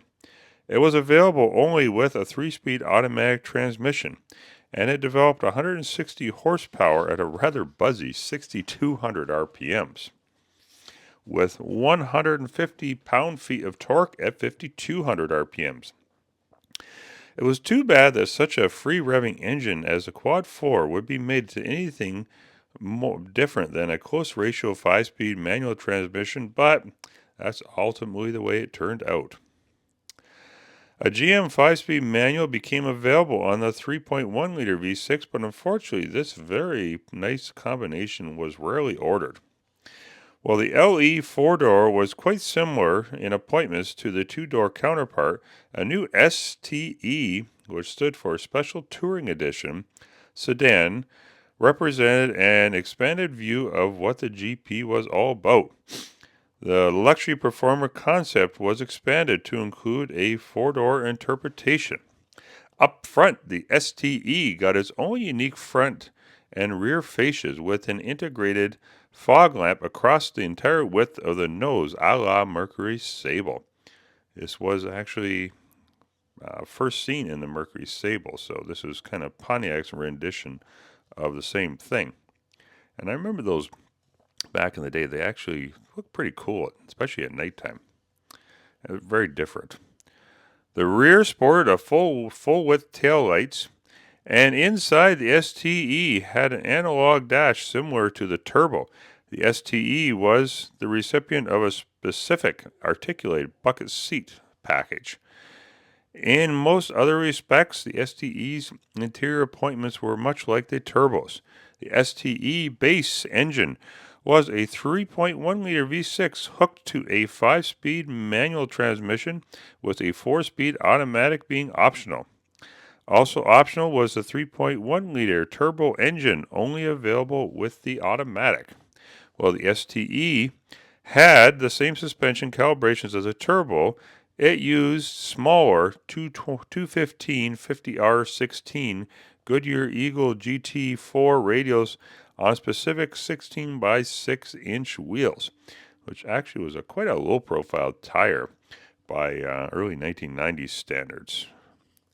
Production totals did drop slightly for 1990, with totals ending up at 105,902 LE models and 22,171 SEs, for a production run of 128,073 units. The total includes 2,749 GP turbo coupes and 1,000 STE sedans. Wow! This is excellent! I like the way it's all contoured towards the driver. It drives like a sports car. It's got a lot of road hold. Can I keep it? It was a great experience. Welcome back to Beyond the Lens Productions, your source for all things automotive.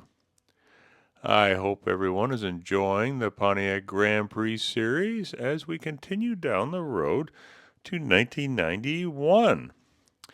I want to also thank all of my subscribers and viewers for your feedback, for your likes, your comments on some of my previous videos. As we move into 1991, the Pontiac Grand Prix returned with the same W-body platform as before. It was by no means a carryover year, though. A host of mechanical and visual changes were implemented to improve performance and visual appeal. Now, to me, I think the mechanical changes were really the big story this year, but we will not forget some of the visual ones as well. Perhaps the most significant change for 1991 was the retiring of the Pontiac Grand Prix Turbo and its McLaren-developed pushrod V6 in favor of a new Grand Prix GTP. The advent of new EPA cold start emissions regulations prompted General Motors to abandon the use of turbochargers. As the turbos took up heat energy in order to operate, they caused the catalytic converters to take additional time to reach operating temperature, rendering them ineffective for a slightly longer period of time than they otherwise would be. That and the negative reputation of turbochargers for durability that they had earned during this period. I can even think back to when I was a kid and knowing people that had cars that had turbochargers, and it always seemed like they're always blowing their turbos or something along those lines, even though most of the time it was caused by poor maintenance on the part of the owner. Nevertheless, the turbos did gain a poor reputation for that, so it sent GM looking for other ways to make horsepower. The result was a new 3.4-liter twin dual-cam V6, which debuted in 1991 in the Pontiac Grand Prix GTP trim level, which was an option package on the GT at the time. It wasn't actually its own trim level as it would become later on in the decade. It was assigned the code B4U and was the top performance model of the lineup. Though the GTP used as much of the Grand Prix Turbo's body cladding and hot handling suspension, it featured a new nose, quad mini headlights that kind of brought back the Batman treatment that was on the 1977 and 78 Firebirds. It was a powertrain that really separated the GTP from its predecessors, and the twin dual cam represented a significant evolution from the previous engine. In an effort to keep the development costs in line, the dual cam essentially was a double overhead cam conversion for the existing GM 60-degree V6 had been in service since the 1980 model year. Though the twin dual cam V6 bore no visual similarity to its predecessors, it was, in fact, based on a very familiar architecture. A new block was designed to facilitate the conversion, though it was not directly interchangeable with the earlier 3.1-liter V6. They were quite similar in appearance. It was beefed up and reinforced with head bolt bosses for improved anchoring and less distortion. A 4mm increase in bore size to 92 millimeters brought the total displacement to 3.4 liters or 207 cubic inches. The crankshaft was the same unit used in the 3.1-liter turbo V6. The cylinder heads were the big difference separating the new engine from its predecessors. And even today, they are very modern by today's standards and quite efficient. The cam carrier was actually a separate assembly from the cylinder head itself, and the cams rotated directly on the carriers without bearing inserts. The valve sizes for the twin dual cam measured 1.44 inches for the intakes and 1.26 for the exhaust. They were actuated directly on the valves through hydraulic bucket tappets. Cam followers were not used in this design. The valves operated in a pent roof combustion chamber with a centrally located spark plug. The chamber design was very efficient, allowing for regular 87 octane unleaded fuel to be used, even with its rather high compression ratio. The induction system was electronic, individual port fuel injection system, typical of the type used on GM performance cars of the era. It was optimized to enhance low-speed performance, which often suffered in 4-valve per cylinder engines, without adversely affecting top-end power. A crank trigger ignition system was used with a trio of ignition coils assigned to service a pair of cylinders each. The twin dual-cam V6 was available with either a GM GetRag 5-speed manual transmission or an electronically controlled 4-speed automatic. With the 5-speed, the engine was rated at 210 horsepower and 215 foot-pound of torque. With an automatic-equipped vehicle, it was rated slightly lower at 200 horsepower. But perhaps the biggest news about the Pontiac Grand Prix GTP was that even though the engine was more exotic and powerful than the 3.1-liter turbo, the base price dropped from $25,600 to under $21,000. The reason was that the car didn't have to go on to an outside supplier to be finished. The entire operation could be handled in-house. Production for 1991 totaled 101,211 units. Breaking that down was 36,173 LEs, 56,089 SEs, 3,799 GTs, and 5,150 STEs. GTP production was included in the GT model totals. As you can see, 1991 was an exciting year for the Grand Prix. And although it was not a redesign year, it was certainly not a carryover year either. There were lots of exciting changes that happened, and 1992 will be much of the same. There should be some exciting changes, so join me in the next video for that.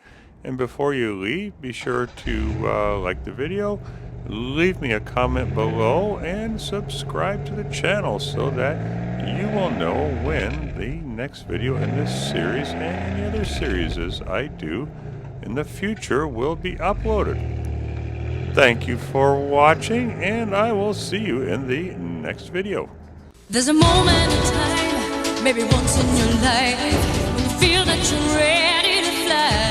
And that time is now, with the power of fuel-injected multi-valve engines, the security of anti-lock braking systems, the agility of four-wheel independent suspensions. This is advanced Pontiac technology for the 90s. And from now till January 7th, special factory incentives make all this Pontiac technology even more affordable. On the Pontiac Express, we've been excited.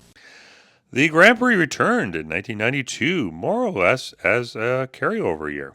Aside from shuffling the engines in option groups, not much in the way of real tangible changes were made on the GP line. One of the more significant moves Pontiac made was to drop the 2.3-liter Quad 4 from the GP lineup. In terms of impact on the marketplace, well, hardly a blip could really be detected, as very few cars are actually ordered with that engine. And dealers ordering inventory generally selected the optional 3.1-liter V6. The optional engines were easier to sell and had a better repair record. In reality, the mating of a small, high-revving four-cylinder engine with only a 3-speed automatic on a 3,200-plus pound vehicle was not one of GM's better ideas, and basically resulted in the engine being more or less ignored in the marketplace. Now, I didn't specifically drive this vehicle, but I do remember test driving. It was around the late 90s, and the car I was test driving, I believe, was a 1997 Pontiac Sunfire, and it had the 3-speed automatic in it. And boy, I can tell you that engine used to scream on the highway. I mean, if you were driving along just at normal highway speeds, that thing was going over 3,000 RPMs consistently, which actually led me at the time to opt for a 5-speed manual, because in the 5-speed manual, I was dropped to maybe 1,700, 1,800 RPMs. So significant difference, better fuel economy, and a lot quieter riding. In addition to that, probably a lot less harder on the engine too. Anyhow, back to the Grand Prix. Marketing changes for the 1992 centered around the strengthening of the Grand Prix's footing in the marketplace, with the deletion of the entire Pontiac 6000 line at the end of the 1991 model year. Pontiac was in need of making the Grand Prix sedan line attractive to both performance enthusiasts and those in more mainstream buyers looking for a suitable replacement for the 6000. In terms of its place in the model lineup, the GP found itself chasing the same sort of buyers that the Pontiac Catalina did in the 1960s and 70s. Some were sold for fleet use, some were family haulers, while others actually attracted performance-oriented buyers. All were seeking a lot of value for their money, and like the revered Catalina of days gone by, the Grand Prix sedan was capable of filling this very specialized niche. To that end, Pontiac fleshed out the GP sedan line in such a way that it would appeal to a wide cross-section of mid-sized sedan buyers, in order to give a more upscale look without retooling for a new front end. All 1992 Grand Prix sedans adopted the STE's light-up center nose treatment and grid pattern taillights. The entry-level LE was powered by the 140 horsepower 3.1-liter V6 with a 3.4-liter twin dual cam as an option. The LE rode on 205 70R15 Blackwall touring tires with sport wheel covers. The Grand Prix SE, on the other hand, was kind of the sporty midpoint between the LE and the top of the line model. It featured red accent striping down the body side molding, bladed 5-speed wheels with 215 60R15 Blackwall tires, Like the LE, the SE came with a 140 horsepower 3.1 liter V6 standard and was available with the twin dual cam engine as an option. The top level Grand Prix for 1992 was the STE, which included a 3.4 liter twin dual cam V6 body colored lower aero extensions, body colors, sport mirrors, articulating bucket seats, leather-wrapped steering wheel, and specific 16-inch aluminum wheels with two 2560R16 Goodyear Eagle GT tires. To commemorate his retirement from racing, Special Edition Richard Petty Edition Grand Prix based on the GT Coupe was introduced. They were equipped with Richard Petty Edition badging, color-keyed wheels, Petty signature on the trunk, and badge on the dash, denoting it was a Petty limited edition.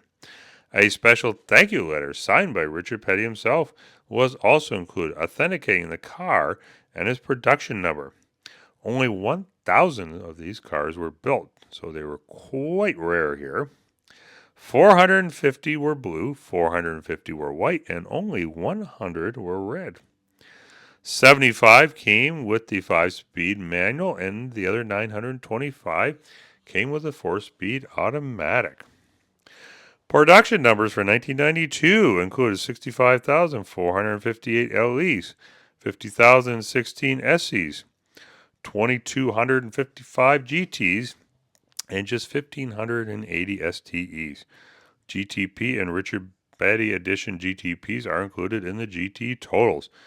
The total for the 1992 Grand Prix production was 119,319 units. For 1993, very little changed for the Grand Prix. Interestingly, though, Pontiac market planners were stressing the carryover concept, but in an area of pricing. Pontiac press releases at the time stated that the base price of the 1993 Grand Prix LE was $14,890, identical to the final price of the 1992 models. They added that the lowest priced Grand Prix LE sedan is a formidable opponent when equipped with the now available Sport Appearance option that provides kind of an STE look at a considerably lower price. That's not to say that there was nothing new that year, though many of the changes were made in kind of expansion of the higher end options in the lower line cars, such as the new availability of 16-inch 5-blade wheels on the 3.1 liter equipped LE sedans and mating of the electronically controlled 4-speed automatic transmission with second gear start with that same base engine. Automatic door locks were now standard on all Grand Prix. Pontiac built a total of 116,008 1993 Grand Prix, which broke down into 71,215 LEs, 42,718 SEs, 1,242 GTs, and 833 STEs. As before, GTP production was included in the GT totals. And that was the Pontiac Grand Prix for the 1992 and 93 model years. The 1994 to 96 model years truly set up the Grand Prix for some really exciting changes.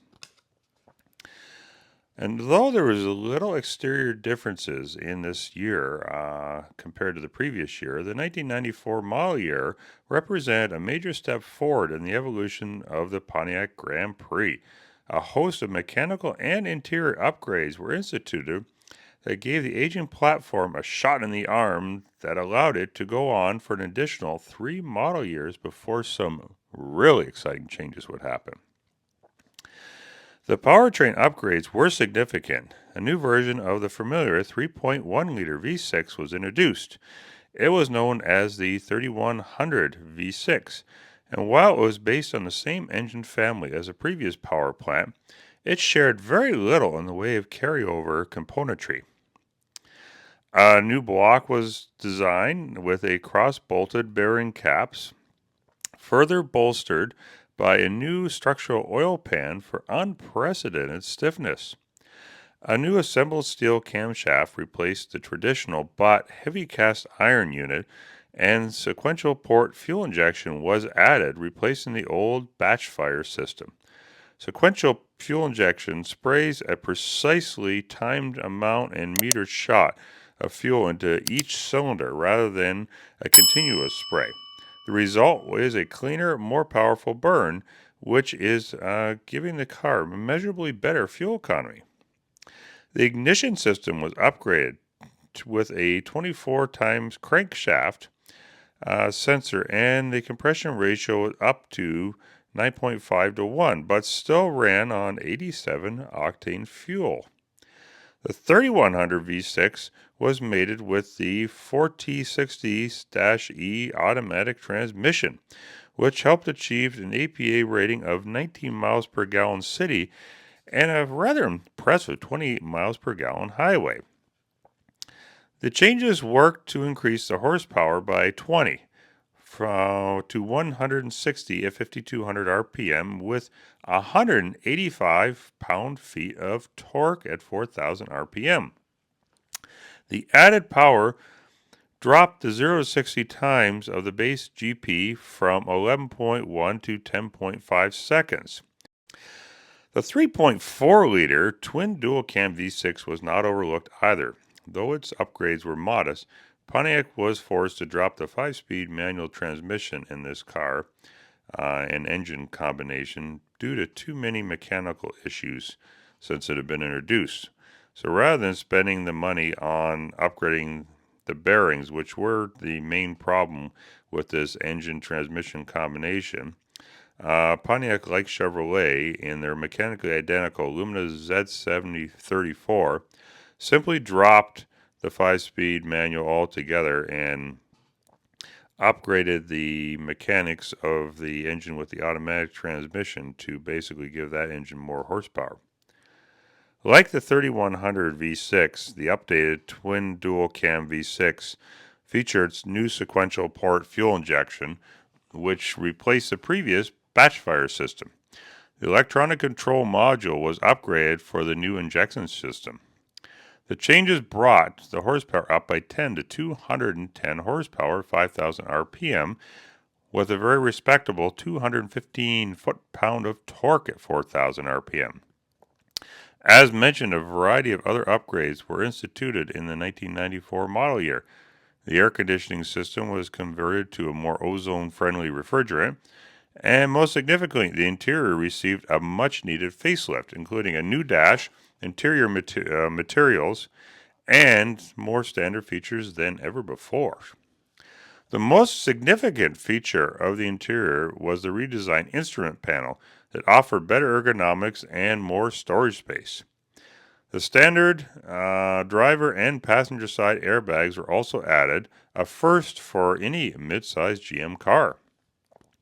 The gauge cluster included larger, easy-to-read gauges, including speedometer, tachometer, coolant temperature, and fuel level gauge. The gauges were backlit in red, which had become a Pontiac trademark of sorts. And from this generation, I have to say this is probably one of my favorite things about the Pontiac, because I just love the red interior lighting. It almost makes it feel like the cockpit of an airplane when you're in there at nighttime. And thankfully, front seat belt retractors on the sedans were finally mounted on the door pillars, though the coupe still suffered from the annoying door mount locations that they had had dating back to 1988. The 94 Grand Prix Havoc controls were also revised and made much more user-friendly than ever before, using large round knobs instead of smaller, more cumbersome vertical slide controls. Likewise, the various sound systems in the Delco 2001 family featuring new matching faces and knob, again with an eye towards ergonomics. New standard interior upholstery was used this year, and a Palex cloth was used in years past, made way for a totally new higher grade cloth. Leather was available in graphite or beige, and additionally, new Generation 3 heads-up display was integrated into the upper instrument panel.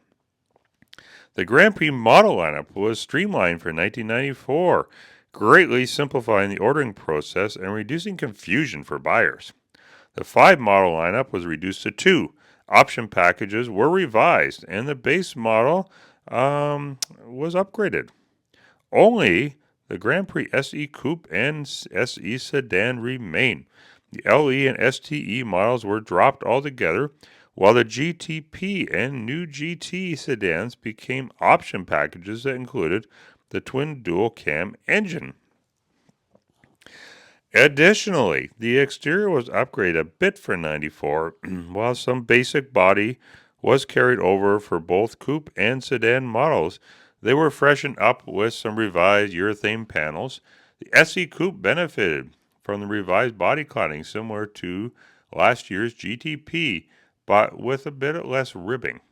Additionally, the sportier Special Edition Coupe package came with a standard 3100 V6 engine. The SE sedan also received a more modest styling upgrade in the form of new rocker skirts that deflected stones and road debris from the sheet metal.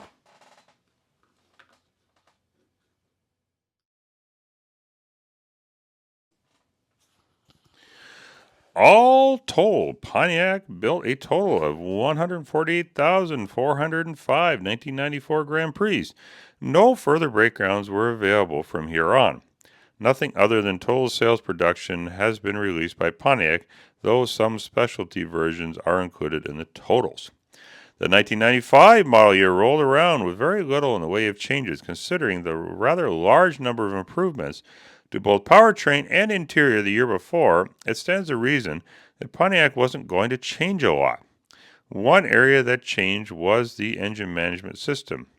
The previous OBD1 system, which had primarily controlled the electronic programmable read-only memory chip, burned significantly for each powertrain application.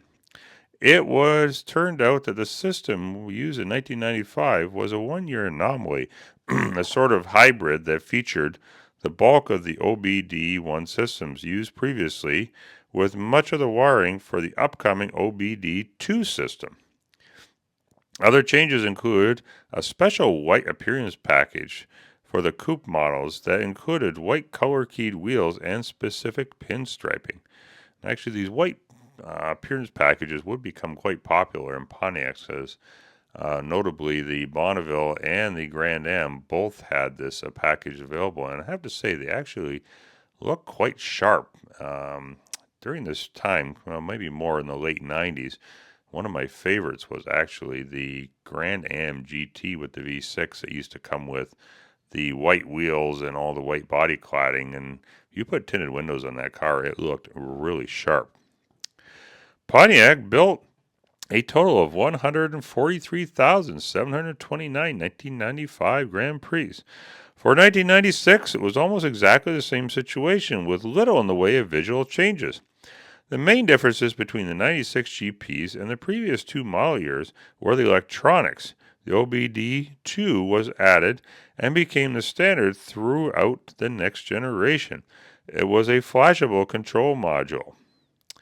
The only other significant changes were the B4U appearance package that was now standard on the SE Coupe, and the dual-cam V6 reached its highest performance standards. Some improvements in the air intake and exhaust system raised the horsepower by 5 for a total of 215 horsepower and 215 pound-feet of torque. The Grand Prix production for 1996 included 77,256 units, which was a significant drop from the previous year. We are exploring one of my favorite generations of the Pontiac Grand Prix, and one I actually own personally. Back when I first had this car, I used to belong to a Pontiac Grand Prix club in my area called the Ontario Quebec Club Grand Prix, which was an offshoot of a larger club in North America called Club GP. They all used to have very large online forums which were packed with a wealth of information, but sadly, they're mostly just Facebook groups now, and much of the information and knowledge that was contained on these sites has been lost. However, we do have YouTube today, where there are a lot of how-to videos contained in the site, and yeah, that's basically what we have to work with now.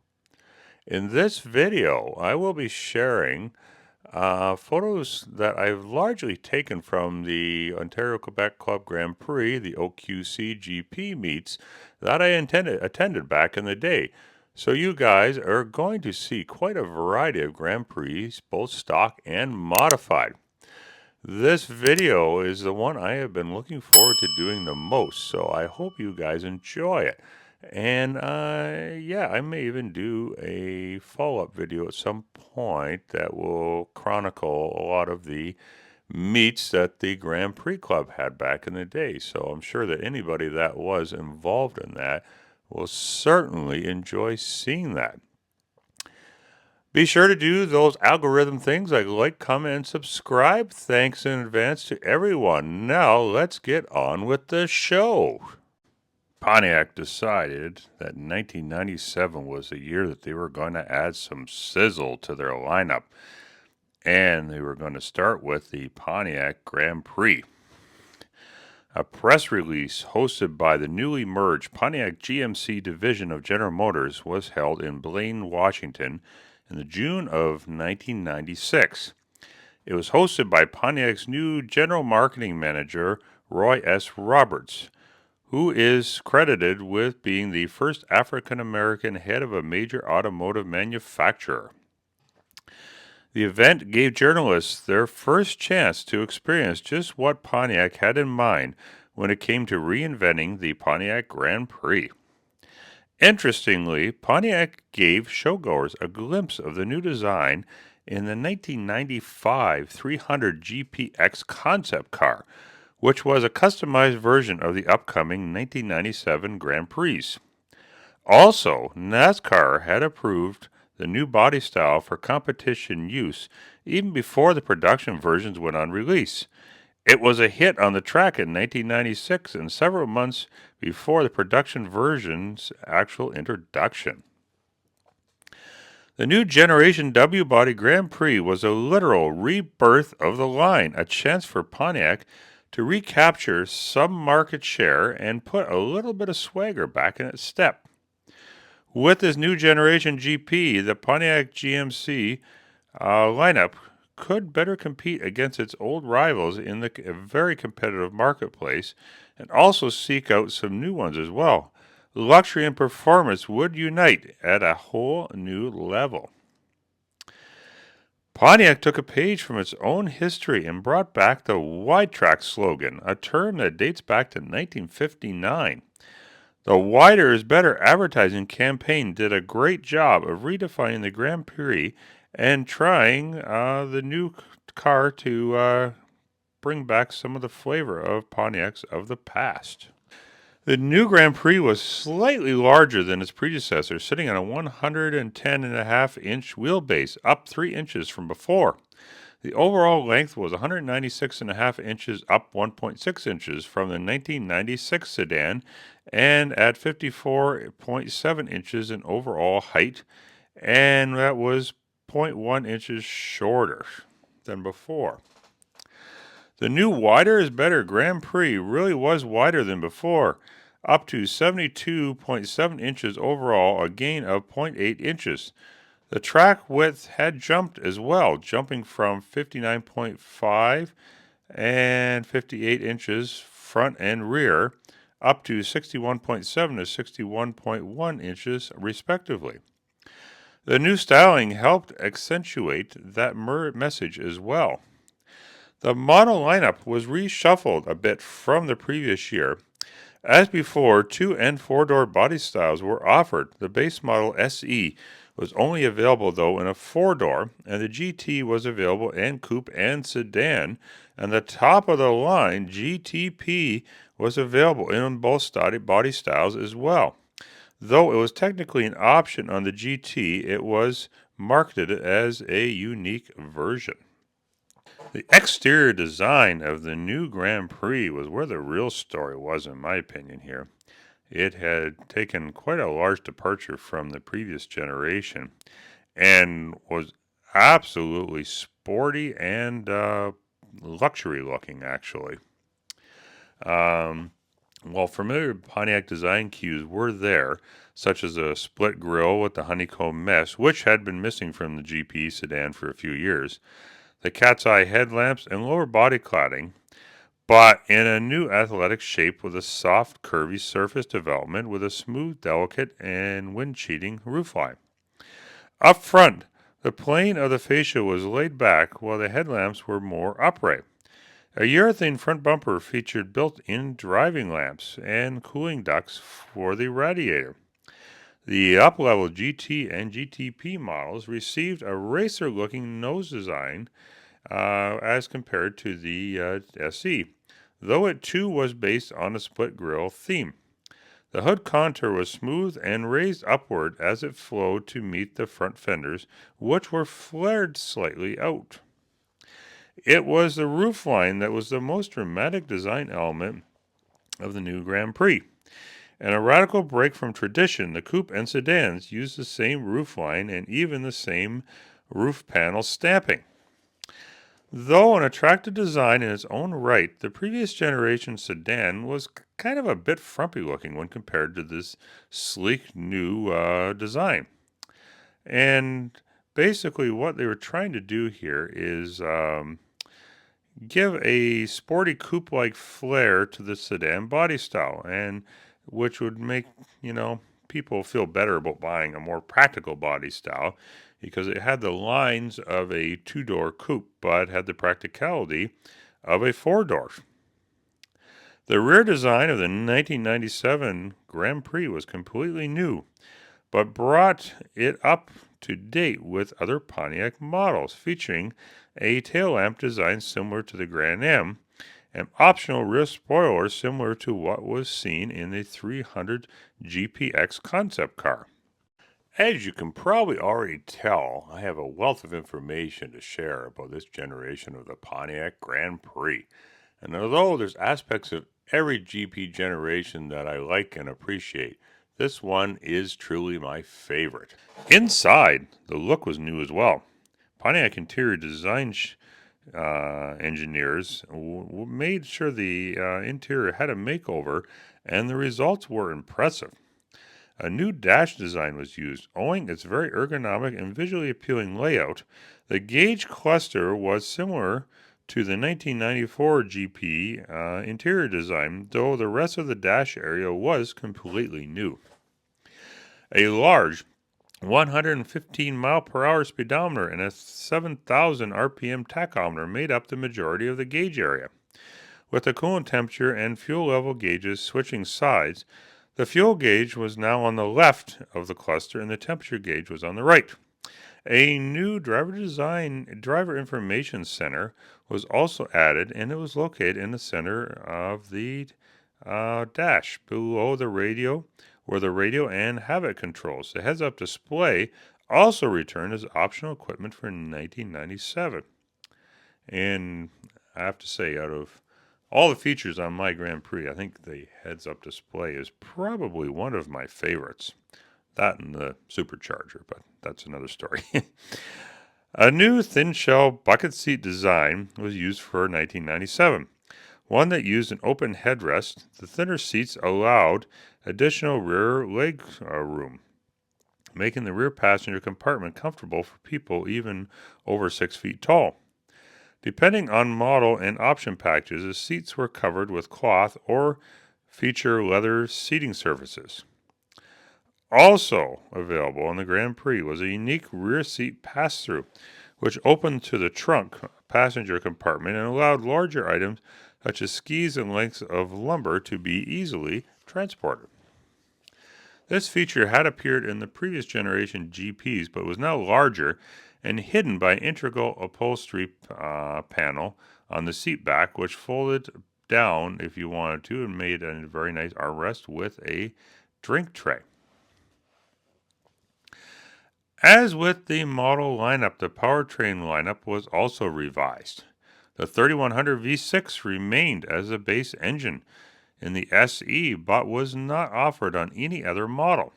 The twin dual-cam V6 was finally dropped, a victim of high production costs and long-term durability problems. The trouble is the engine became a warranty nightmare for dealers, with some dealers reporting 100% replacement rates. Spun bearings and connecting rods exiting the engine block were common problems with this engine. Though, if they were running right, they were a very impressive engine. Just unfortunately, the reliability just wasn't there. The mid-level Grand Prix GT received a version of the 3800 Series 2 V6 engine, which was first released in 1995 in the Pontiac Bonneville. The 3800 Series 2 was the latest upgrade to an engine that could trace its roots back to 1961 in the 198 cubic inch Buick V6. This updated version was a bent 6 design that featured a lower deck height, shorter rods and pistons, and a new cylinder heads with lightweight valve train that allowed for free revving performance right up to 6,000 RPMs. This engine was also available as optional equipment on the SE models, and the initial production of the SE sedans were 3800 powered, and base engines came later in the model year. When installed in the Grand Prix, the normally aspirated 3800 Series 2 V6 was rated 195 horsepower at 5,200 RPMs with 220 foot-pounds of torque at 4,000 RPM. The Grand Prix GT's performance with this powertrain was quite respectable, turning in numbers of 0 to 60 in under 7.5 seconds, and quarter-mile times in the mid-15-second range at 83 to about 85 miles per hour. The normally aspirated 3800 was also available as an extra option on the Grand Prix SE sedans.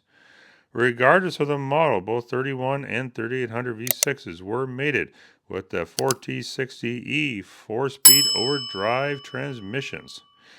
The top-of-the-line GTP was actually an option package on the GT, and as mentioned, was available in both coupe and sedan. The main difference between it and the GT is that it was its powertrain.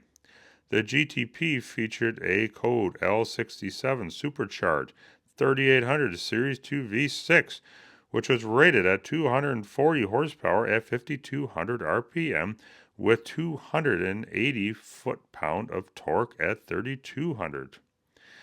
The V6 was force-fed air at a maximum pressure of 7.5 psi, which made for a tremendous amount of low-end torque, which I can attest to, and mid-range power and lag-free throttle response. The performance was exceptional for a vehicle in its class at this time, making the sprint to 60 miles per hour in under 6.2 seconds and covering the quarter mile in the high 14-second range at over 90 miles per hour. The supercharged V6 was coupled with a special heavy-duty transmission. It was the 4T65 heavy-duty, a transaxle. It was based on the GT's transmission, but beefed up in several critical areas. Though the two gearboxes looked very similar externally, 65% of the interior componentry was upgraded to handle the additional torque output. The GTP package included a specific driver information center in the dash and exclusive MagnaSteer variable effort steering system, which used magnetically generated resistance to increase steering feel. And actually, it's probably one of my favorite features of Pontiacs is they always were pretty good at making sure you could still feel the road through the steering wheel. Like if you took a Grand Prix and took that out for a drive and then would drive like a Buick Regal, there was very much a big difference in how the steering wheel felt, in my opinion at least. The GT package also included a performance shift mode that provided higher RPM shift points and firmer shifts compared to the standard mode. The button was located right on the shifter knob to turn it on or off. One thing that the 1997 GTP didn't have available that other GPs did was the traction control.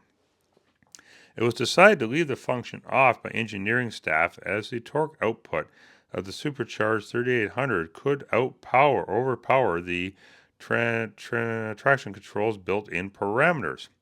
Interestingly, the 1997 Bonneville SSEI, which had the same engine, did actually have traction control, but it could still easily smoke the tires whether it was on or off. Interesting, but anyhow, that was the decision they made on the Grand Prix. Unlike many of the all-new cars entering the market in the 1990s, the Grand Prix was truly a new design and not simply a restyling of an aging platform. Though, like its predecessor, it was a front-wheel drive design and with a transversely mounted engine, four-wheel independent suspension, and utilized all the main components that were completely new. One thing the 1997 GTP didn't have available that other GPs did was the availability of traction control. It was decided to leave that function off by the engineering staff as the torque output of the supercharged 3800 could overpower the traction control's built-in parameters. Though interestingly, the 1997 Bonneville SSEI, which used the same engine, did have traction control, even though it could very easily smoke the tires whether or not the traction control is on or off. But anyhow, that's the decision they made, I guess, at the time. Unlike many other all-new cars entering the market in the 1990s, the Grand Prix was truly a new design, and not simply a restyling of an aging platform. Though like its predecessor, it was a front-wheel drive design with a transversely mounted engine, four-wheel independent suspension, and a unitized construction. All of the main components were new. The only exceptions were the SE's base 3100 V6 and the transmission that went along with it in the non-supercharged models. Really, it's too bad at the time that they didn't turn the Grand Prix into a rear-wheel drive design, because that would have made it a really true performance car. But at the time, most of the market was towards front-wheel drive cars in North America, and that's what people had basically been sold on, that it was better to have a front-wheel drive car. And although in the snow and that is true, performance-wise, not always the best option, but that would change, of course, down the road in other vehicles. I think more or less when all-wheel drive cars became a little more mainstream. And you got some of the newer cars like the Cadillac CT4, the CT5, which are sedans, but they're rear-wheel drive vehicles. Mostly, I think, because they're more targeting the BMW, Mercedes market, which always stuck with the rear-wheel drive cars. Anyhow, I digress. We'll back to the Grand Prix here.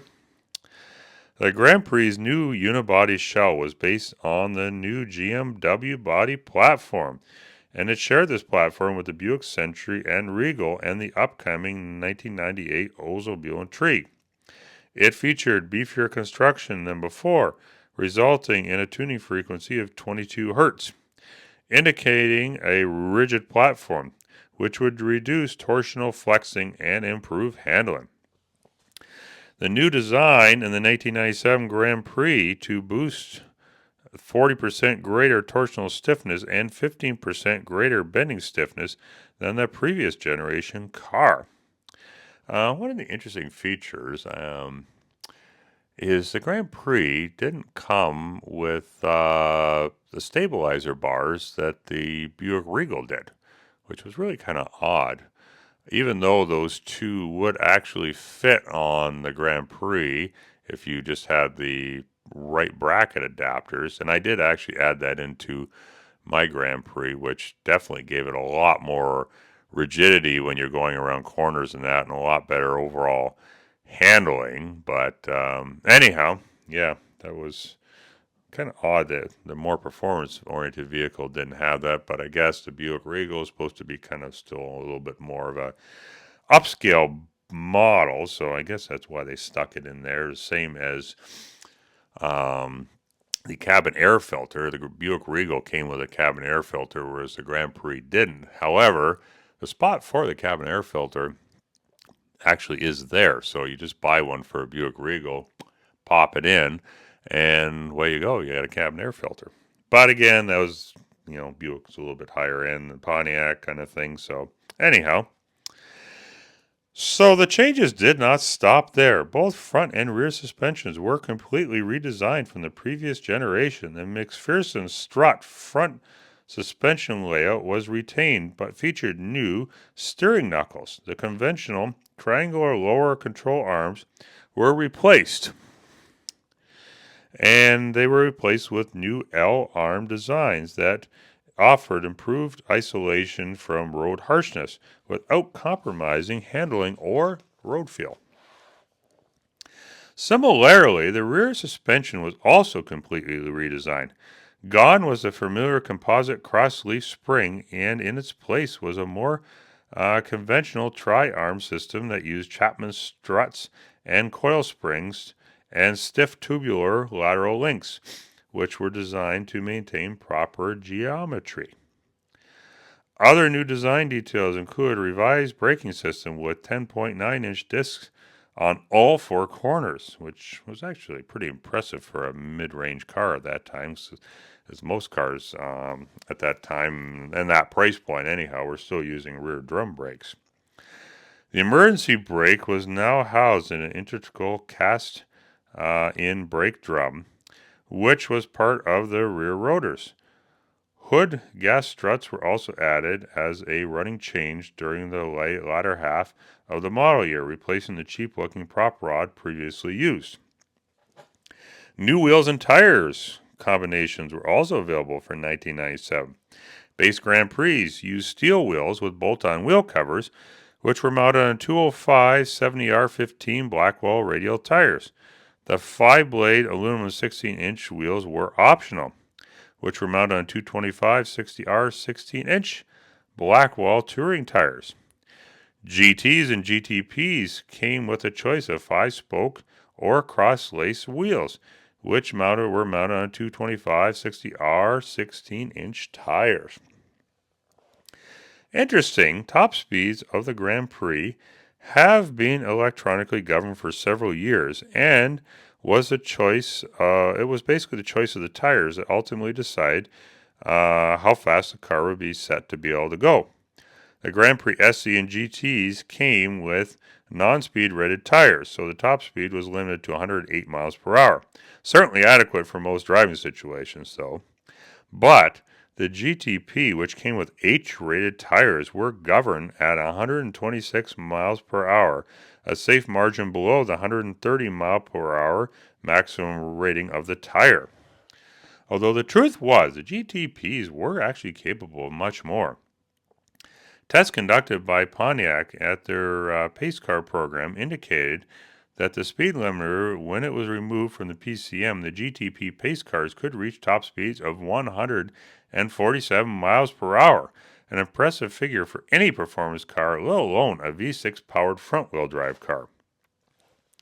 The reaction to Pontiac's new line of Grand Prix was very favorable, both by the market and motoring press at the time, who applauded the new car's improved styling, handling, and of course the impressive performance of the new 90-degree V6 engines, especially the supercharged L67.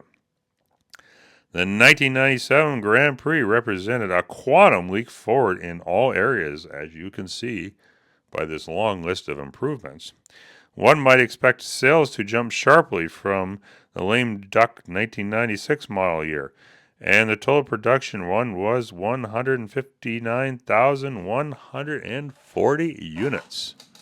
As one might expect, with a complete redesign the previous year, there was little in the way of changes for the 1998 Grand Prix. Some electronic engine management changes were made, and the new traction control system was made available for the GTP as well this year. Though Grand Prix powered by the normally aspirated 3800 received a new transmission, a medium-duty version of the previous one used in the GTP, It took the name of that transmission, while the version used in the supercharged V6 became known as the 4T65E HD. Additionally, some new colors were available. Gold metallic, silver mist metallic, true green metallic were added to and a new interior color, oak, was made available. One new entry in the Grand Prix lineup was the introduction of the limited edition Daytona Pace Car replica based on the GTP coupe. This new Grand Prix was built to capitalize on Pontiac's long association with NASCAR. Pontiac's had paced various races, including the Daytona 500 since 1959. More specifically, front-wheel drive Grand Prix had been pacing NASCAR events since the late 1980s. The Daytona Pace Car replica featured an exclusive color, Gulf Blue, as well as new 5-spoke Torque Star wheels, Daytona interior design badges, checkered striping, and specific exterior emblems. Unlike the real NASCAR pace cars, the replicas had much tamer graphics package, and the Ram Air hood was not included, unfortunately. Mechanically, the Daytona pace car replica were identical to the regular GTPs. Productions were limited to just 1,500 units. Production figures for the entire Grand Prix line for 1998 was 142,346 units. The Daytona pace car replicas were included in those figures. The 1999 model year. Once again, Pontiac kept the changes to a minimum for the 1999 Grand Prix. Aside from the new airbox that increased the horsepower of the normally aspirated 3800 Series 2 V6 from 195 to an even 200 horsepower, no significant mechanical changes were made. The 16-inch 5-spoke Torque Star wheels, first seen in the 1998 Daytona pace car replica, became a regular optional equipment for all Grand Prix, as was the Gulf Blue metallic hue, first seen on the limited edition GTP coupe. Dark bronze mist metallic color was also added. Productions for 1999 were 155,317 units. Year 2000 rolled around, and the Grand Prix received some modest upgrades, as well as some new colors and trim appointments. Most significant mechanical changes was to boost the power of the base 3100 V6 and the Grand Prix sedan by adding cylinder heads, intake manifold, camshaft, and injection system from a larger 3400 V6. The 3100 was given additional 15 horsepower and 10 foot-pound of torque, from 175 at 5,200 RPM to 195 at 4,000 RPM. Additionally, some changes were made. New hydraulic engine mounts for all powertrain combinations were added to reduce vibration and high-frequency noise transfer from the engine compartment. Also, air induction reaction AI air systems were added to the 3100 and normally aspirated 3800 V6 engines in the GPs delivered to California, New York, and Washington, D.C., and 10 other states. This addition enabled the entire Grand Prix line to meet the low vehicle emissions standards, or in the case of the 3800 Series 2 V6, ultra-low emission vehicle standards. Some new exterior colors were added for the 2000 model year, including red fire metallic, navy blue metallic, and champagne metallic. A new Doral interior cloth was also added. Additionally, GM's famed OnStar communication system became available as a dealer-installed option for all Grand Prix in the year 2000. A pleasantly unexpected change came late in the 2000 model year. As a running change, the front fascia of the Grand Prix SEs that it had used in 1997 were replaced with the same unit used on the GT and GTP. This single change gave a look of uniformity to the entire line and added some upscale feel to the entry-level machine. The entire nose was body colored, and there were no accent color added. The rear fascia was also used on the SE, was retained from the single exhaust outlet. And I have to say, this is probably one of the best changes they made to the exterior in the Grand Prix, because I was really never a favor of that front nose on the SE. I know some people liked it, but I don't know. For me, it just wasn't something that I liked. One other color was also introduced, Galaxy Silver. Though it was only available on the new Grand Prix GTP Daytona Pace Car replica, like the 1998 version, this new edition was based on the GTP Coupe and featured specific graphics, badging, inspired by the actual Daytona pace cars, but toned down significantly in appearance. Other distinctive features exclusive to the Daytona 500 pace car replica included specific tri-spoke 16-inch aluminum wheels, functional hood heat extractors, a unique rear spoiler, and aerodynamically designed roof fences, and bright twin exhaust tips. The inclusion of those tips was inspired by the 1999 Thrasher Grand Prix from the SEMA car show, which I will cover in a later video separately. Inside, more was done to the Daytona 500 pace car replica than in 1998. In addition to the Daytona emblems the leather seats inserts were trimmed in contrasting light gray color. When the 2001 model year rolled around, there was no pace car replica to be found, though Pontiac did offer a new special edition package available on the GTP and GT line models. Much of the content from the previous year's pace car replica was incorporated into the special edition, including the hood with functional heat extractors, unique rear spoiler, roof fences, and bright twin exit exhaust tips.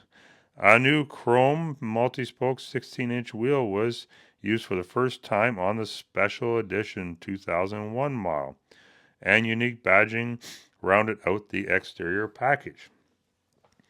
Inside, the special edition Grand Prix received two-tone graphite and medium gray inserts painted with trim plates and machine door emblem.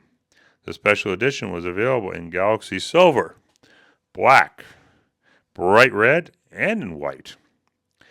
Unlike the previous pace car replicas, the special edition Grand Prix were not in a limited production numbers, though they did represent a fairly exclusive niche for the Grand Prix buyers, and those listed features were not available on other models. The tri-spoke wheel from the 2001 pace car replica became regular optional equipment. The entry-level Grand Prix SE also received a little attention as well, in the form of a wide-track smart package, which included a deck-lid spoiler, 16-inch, 5-spoke silver-painted wheels, P225 60R 16-inch black wall radial touring tires. This package gave budget-conscious buyers a chance to add some of the GT's sporty flair at an attractive price. Other changes for 2001 included a new steering wheel with improved wheel-mounted controls, a medium gray leather interior, and the inclusion of GM's OnStar system as a fully factory-installed option. No longer would the OnStar be a dealer-installed afterthought. Production figures for 2001 total 130,527 units. Special edition and wide-track smart packages and figures were included in that. No further production numbers were available in subsequent years.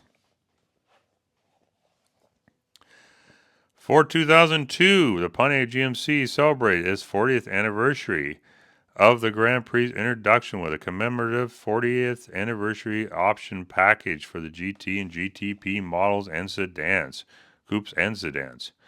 The package featured much of the hardware used on the 2001 special edition, wrapped around a new dark cherry color. Similarly, the interior was trimmed in a two-tone leather treatment, this time ruby red and graphite with specific seat emblems.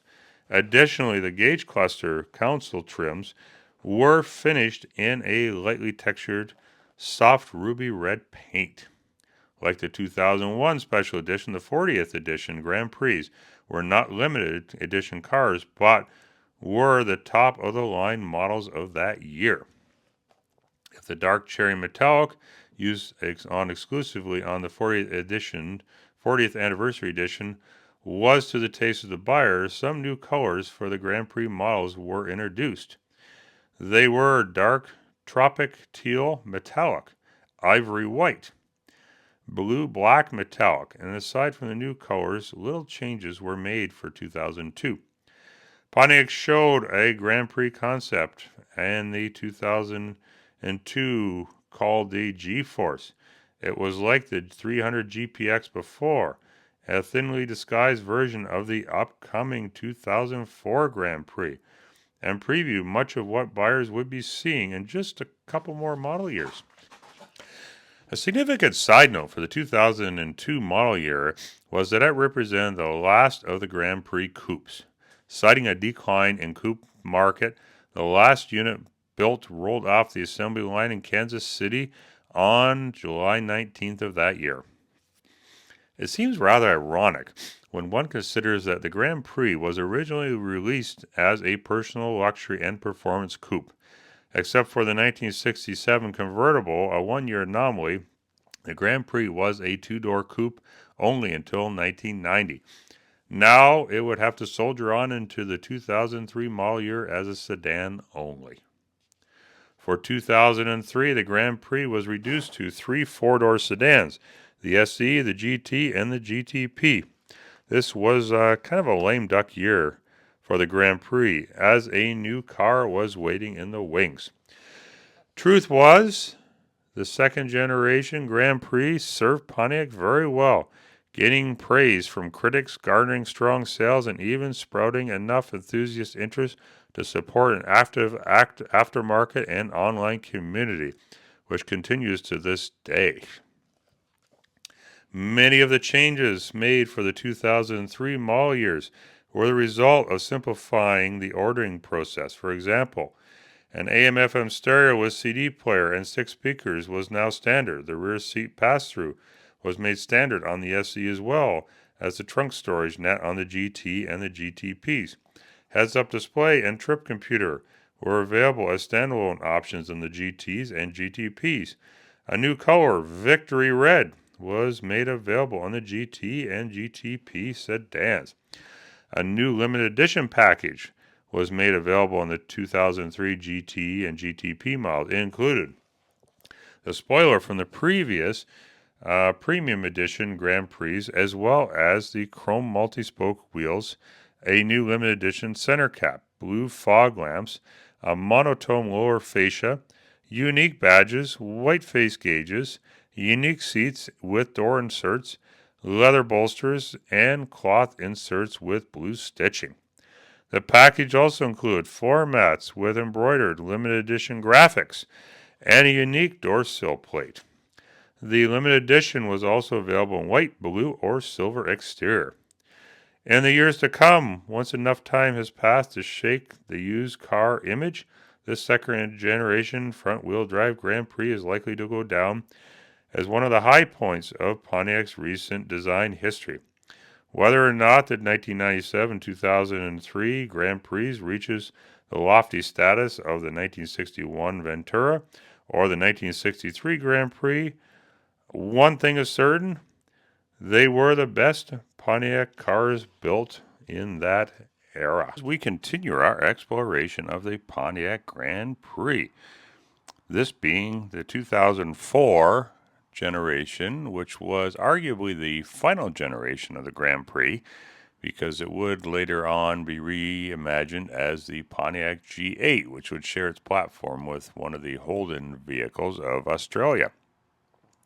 But if you would like me to do a video about that one as well, just leave me a comment below and I can certainly make that happen.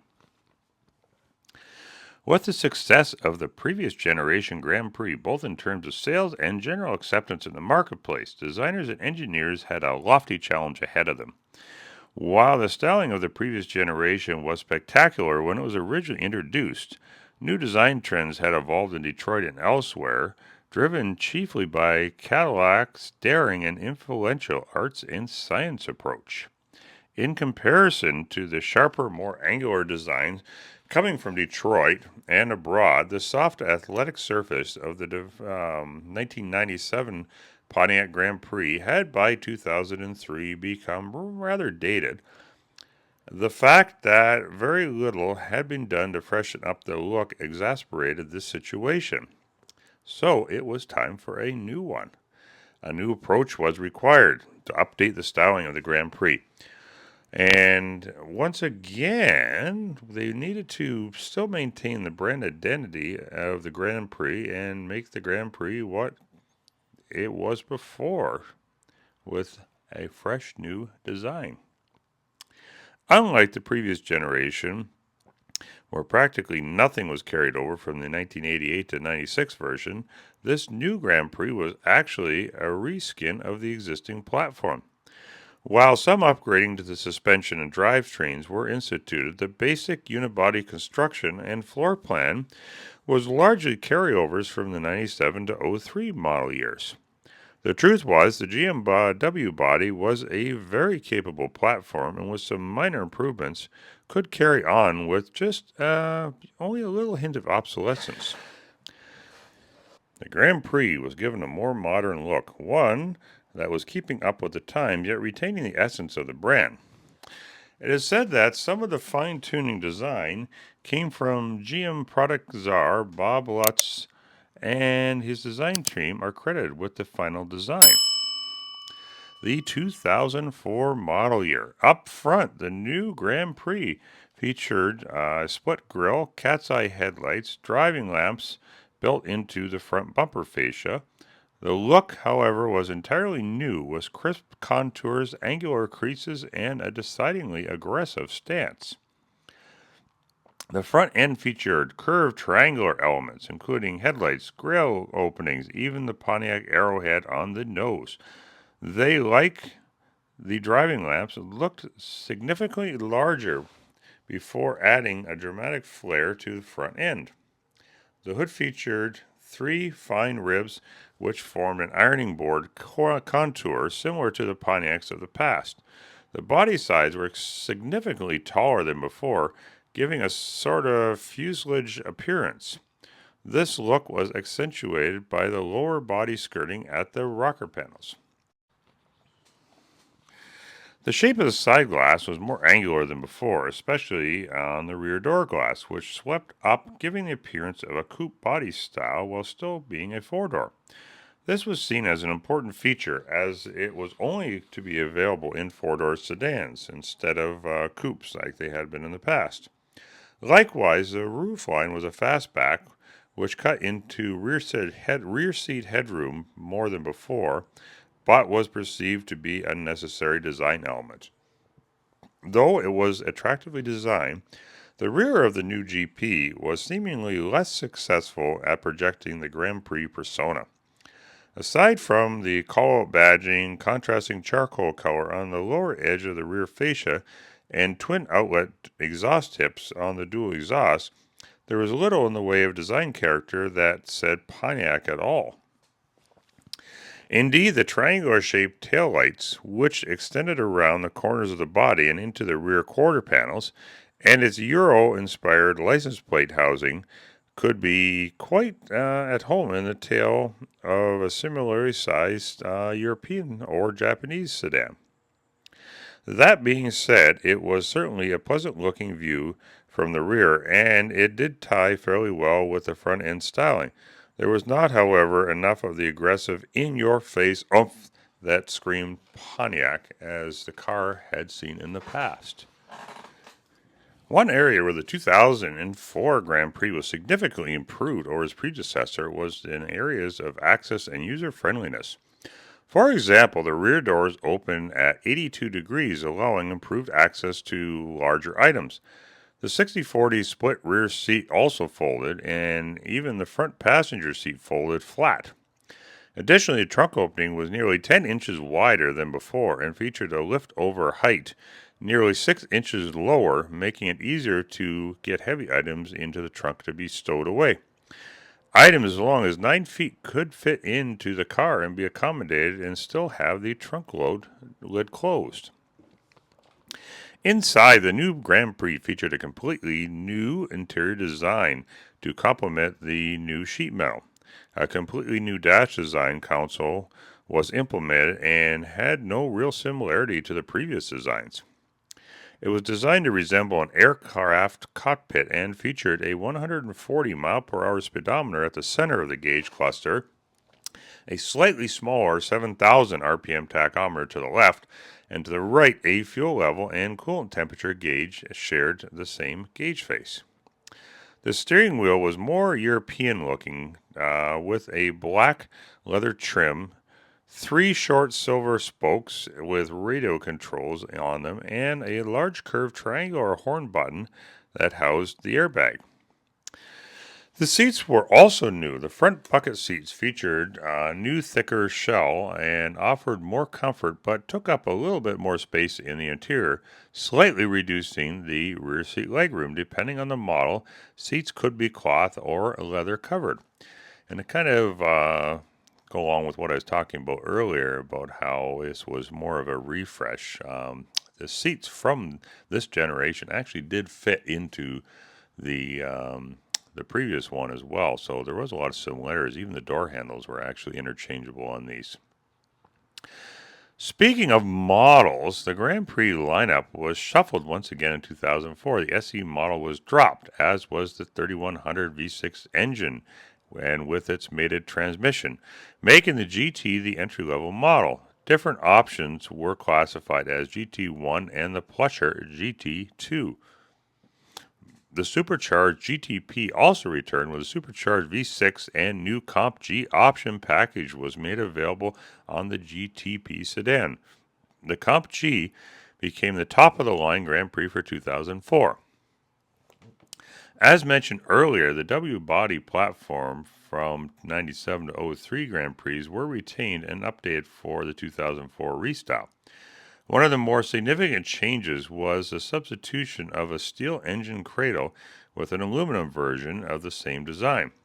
The aluminum cradle had already been in production in the Chevy Malibu Monte Carlo, which also used the W body platform. The use of the aluminum saved about 50 pounds off the nose of the GP, helping reduce weight while improving front to rear balance. The 3800 V6 engines also received some updates. New induction systems were implemented to both the normally aspirated and supercharged versions. Both engines, now referred to as the 3800 Series 3 V6 engines, were given new UPC codes to reflect the change. For normally aspirated 3800, the new cast aluminum intake manifold replaced the composite manifold, which was prone to leaking and occasionally breakage. Additionally, a new drive-by-wire throttle body was replaced by a traditional cable-operated unit on the previous generation. It was coded L26 and was rated at 200 horsepower, 5,200 RPM, with 230 foot-pounds of torque at 4,000. The top-of-the-line GTP and GTP Comp G were powered by a similarly upgraded supercharged version of 3800 V6. In addition to the new drive-by-wire throttle system, the engine received a forged powdered metal connecting rods for more strength and newer, more efficient version of the Eaton Model 90 supercharger, known as the Generation 5. The new blower heated the air less from the previous version, further increasing the air density, taking slightly less power to make it turn as well. The new engine, code L32, was rated at 260 horsepower, 5,200 RPMs, and 280 foot-pounds of torque at 3,600. The big news for 2004 was the introduction of the competition group package known as Comp G, optional on the GTP. This package offered a number of upgrades over the standard GTP, which enabled it to attain lateral G-force acceleration numbers of 0.83, an impressive number for any type of vehicle, let alone a fairly large front-wheel drive sedan. The package includes StabiliTrak, front-wheel vehicle stability enhancement system. StabiliTrak aided the driver in maintaining control of the vehicle in sudden maneuvers, particularly in low traction conditions, in emergency lane changes while swerving, and to avoid an obstacle.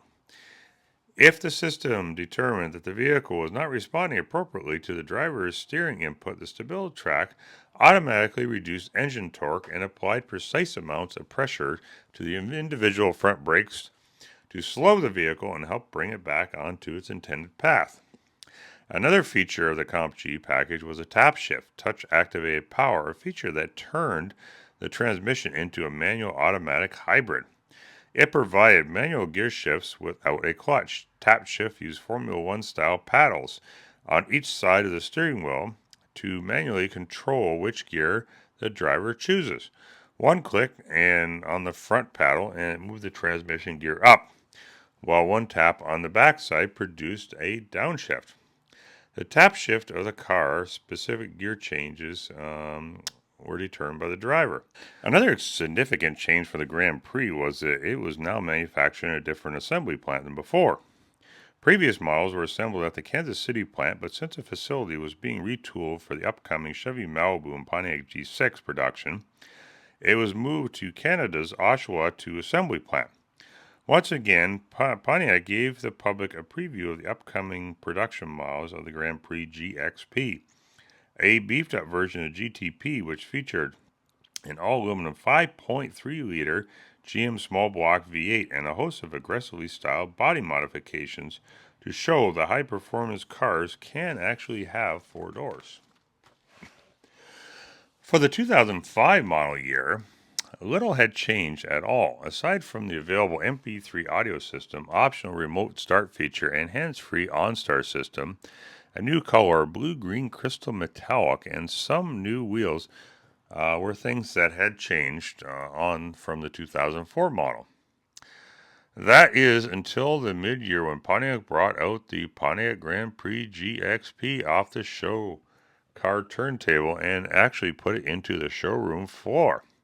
That's right, the concept made it to the showroom only 1 year after its debut.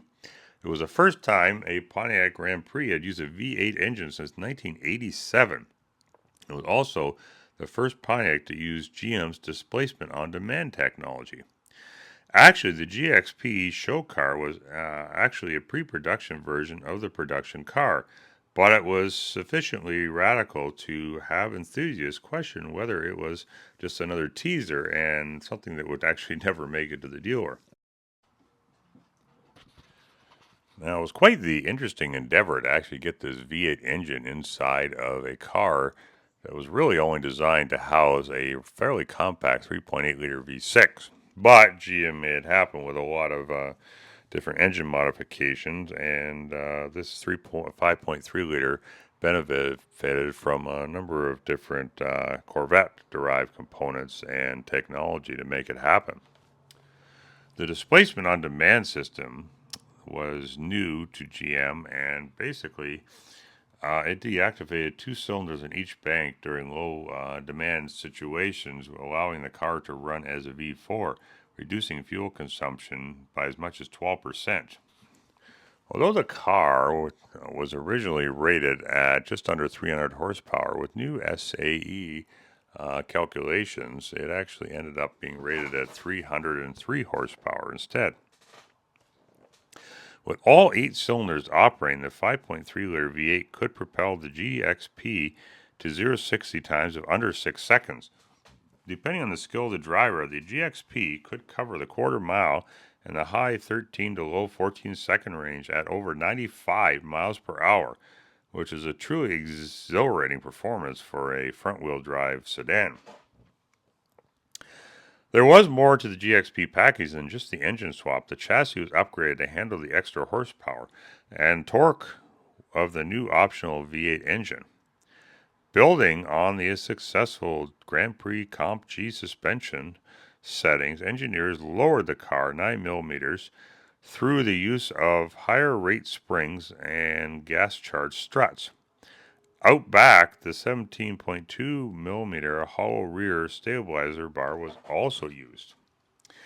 One of the more unique features of the Grand Prix GXP was the fact that the front wheels and tires were substantially larger than the rears. The front wheels were 8 inches wider, while the rear wheels were a full inch narrower. Additionally, the Grand Prix GXP received an exclusive new visual package. GXP's specific body enhancements included new front and rear fascias with rocker extensions to accentuate the lowered appearance.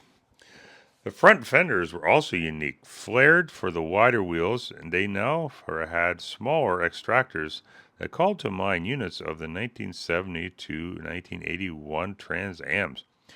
Prominent exhaust outlets on the rear fascias combined with the GXP badges to foretell the car's performance capability. The 2005 model year proved to be a transitional period for performance models of the Grand Prix. It was the only one in the Grand Prix GT and GXP to be built in the same year.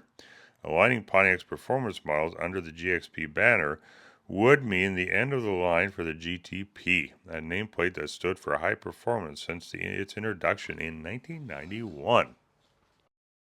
With the 2006 model year arriving, the general look of the Grand Prix were the same as the previous year, though there were some significant changes in terms of model lineup. With the GXP now the top performance machine and the GTP gone, there was some shifting of nameplates. The normally aspirated 3800 3 Series V6 now powered the base model, simply known as the Grand Prix.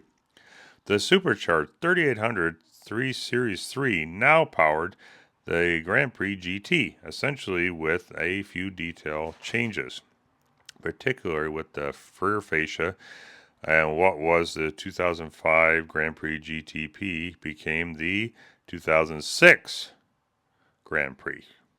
And what the non-Comp G equipped new 2005 GTB became in 2006 was the Grand Prix GT.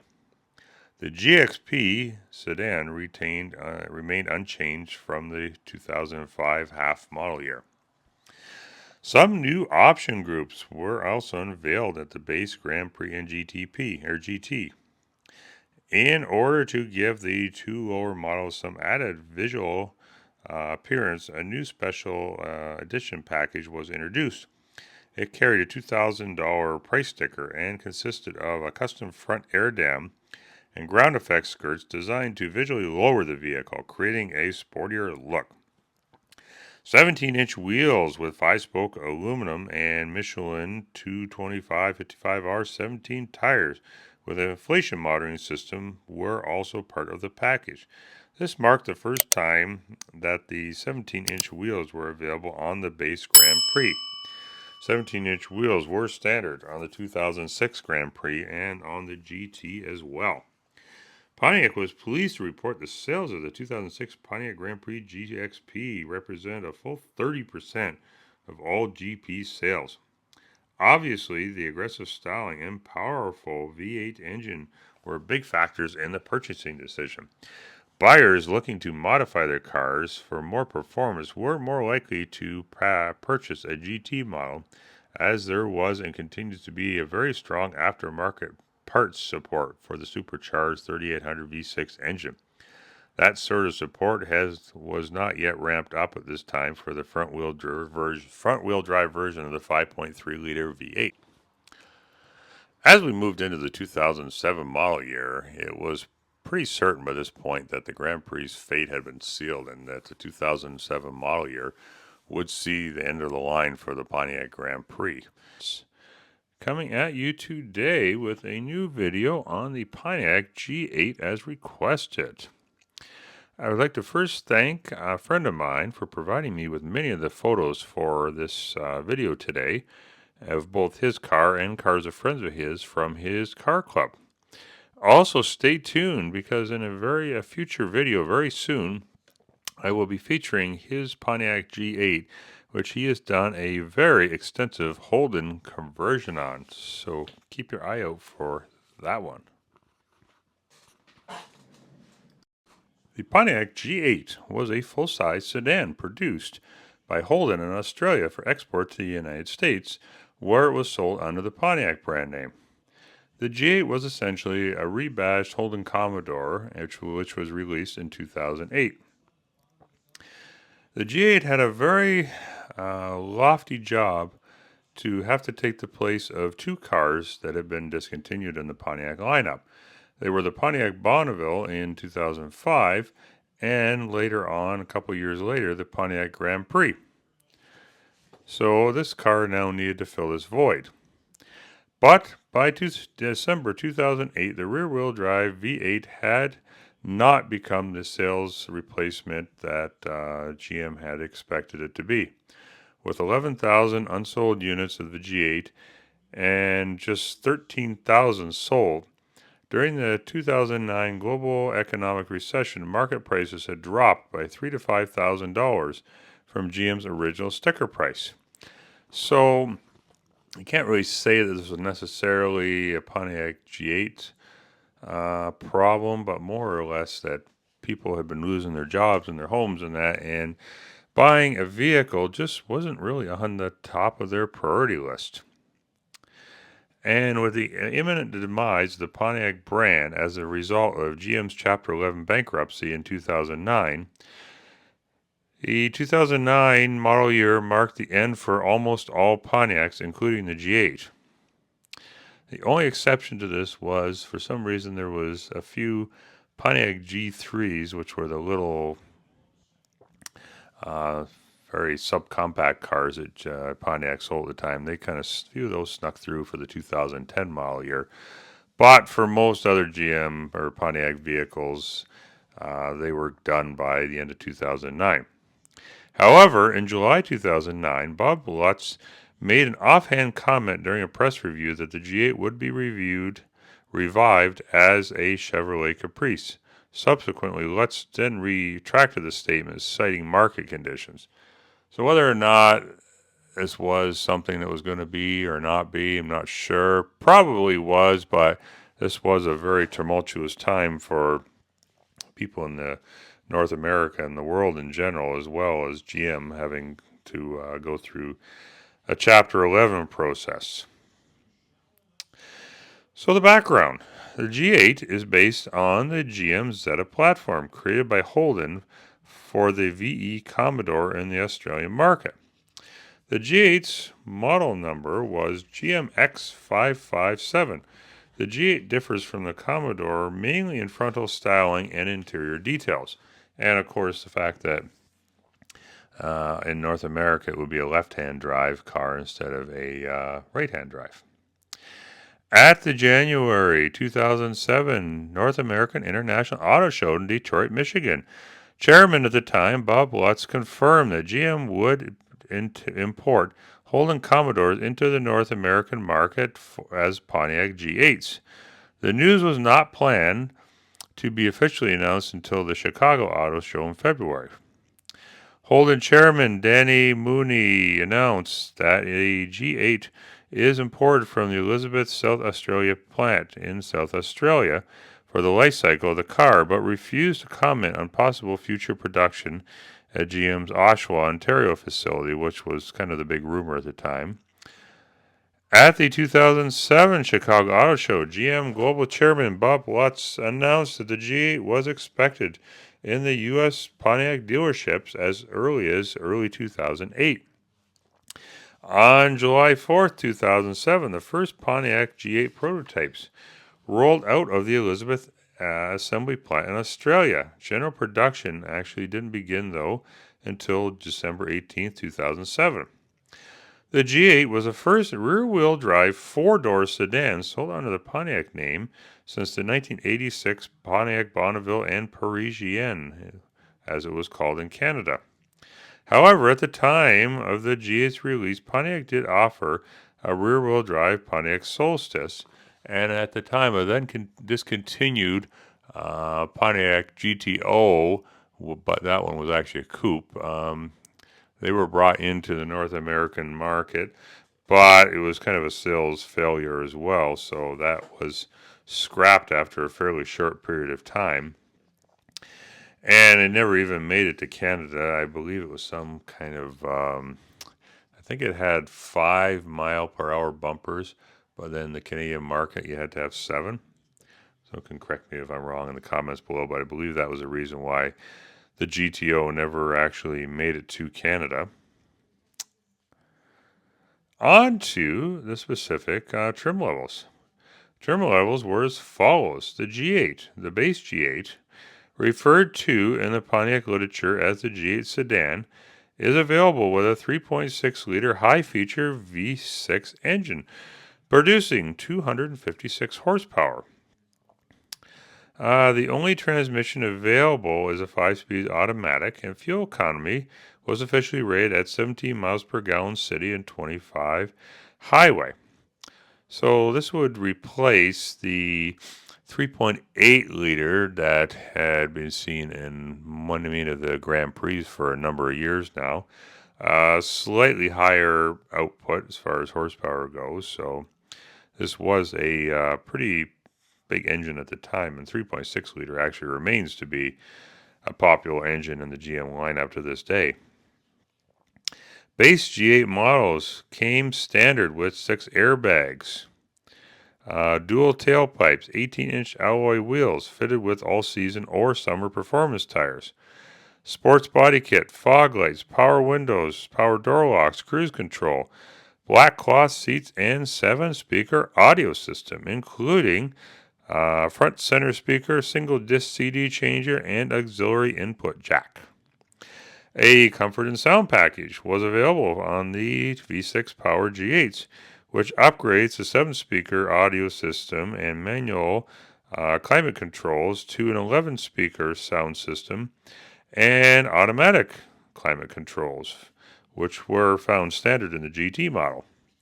The premium package upgrades the sedan's cloth seats to leather seating surfaces, driver and passenger heated seats, 6-way power driver seat adjuster, 6-way power front passenger seat adjuster, rear center armrest, leather wrapped shifter, and GT standard leather wrapped steering wheel. Both the G8 and GT utilize the same suspension package. The next trim level up would be the GT. The GT comes with a 361 horsepower, 6.0-liter Generation 4 V8 featuring a 6-speed automatic transmission with active fuel management system capable of producing 0 to 60 mile per hour times in 5.2 seconds and quarter mile at 13.4. The G8 GT average fuel economy was 15 city, 24 highway. The 6-speed manual was being considered as an option on the GT model, but Pontiac decided not to offer it, stating that it would instead be offered as an option in the G8 GXP package. One change in 2009 was the deletion of the center stack oil and voltage gauges. Midway through the 2009 model year, a few changes were made to the G8 GT, including additional pair of catalytic converters, which reduced engine output to 355 horsepower, and the addition of Bluetooth and rear seat cup holders that pulled out from underneath the rear seats. In addition, the larger engine and 6-speed transmission GT also contain additional equipment, including the standard sedan plus standard sedan features plus quad tailpipes, clear taillight lenses as opposed to the sedan's traditional red taillights, automatic dual zone climate control, a larger center console display, and an 11-speaker Blaupunk premium audio system with not one but 2 subwoofers, 6-disc CD changer, and auxiliary input jack. Some but not all of these features were also available on the base model, and as a sports package available on the GT, adding sport metallic pedals, QS4 19-inch machine-faced aluminum wheels, summer performance tires, and slightly smaller diameter leather-wrapped sport steering wheel. G8 GXP was shown at the New York International Auto Show in March of 2008 with a 6.2-liter, 402 horsepower V8, which was borrowed from the Chevrolet Corvette, and a 6-speed manual transmission.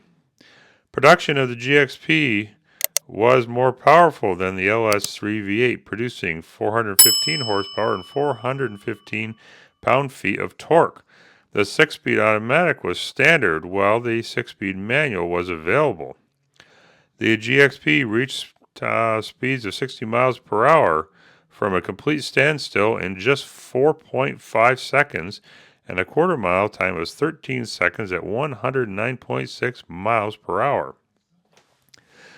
The GXP has an upgraded Nuremberg Tune FE3 suspension, as well as larger ventilated Brembo disc brakes. It also features unique front bumpers and rear non-functional diffusers to differentiate it from the standard sedan and GT models. Total sales of the Pontiac G8 GXP were 1,829 units. Only a limited production of G8 GXPs were available in Canada.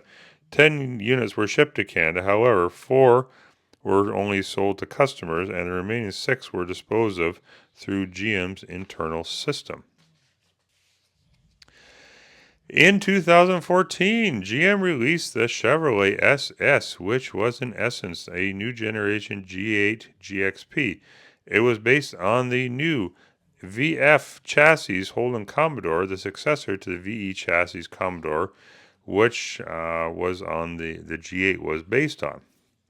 Both the G8 GXP and the SS shared the same LS3 V8 engine, and the new SS sporting the engine with minor improvements. Horsepower for both remained at 415 horsepower and 415 pound-feet of torque. So although the run for the Pontiac G8 was a rather short one, it's still a very popular car among a lot of automotive enthusiasts out there.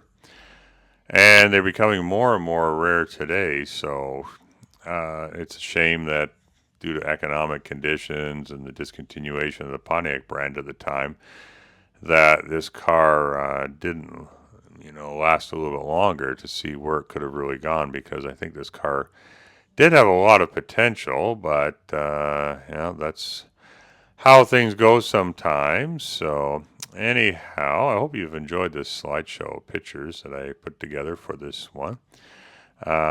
Please like, comment, and subscribe to the channel, and stay tuned for the upcoming video very soon on my friend's Holden conversion car. Thank you for watching, and you have a great day.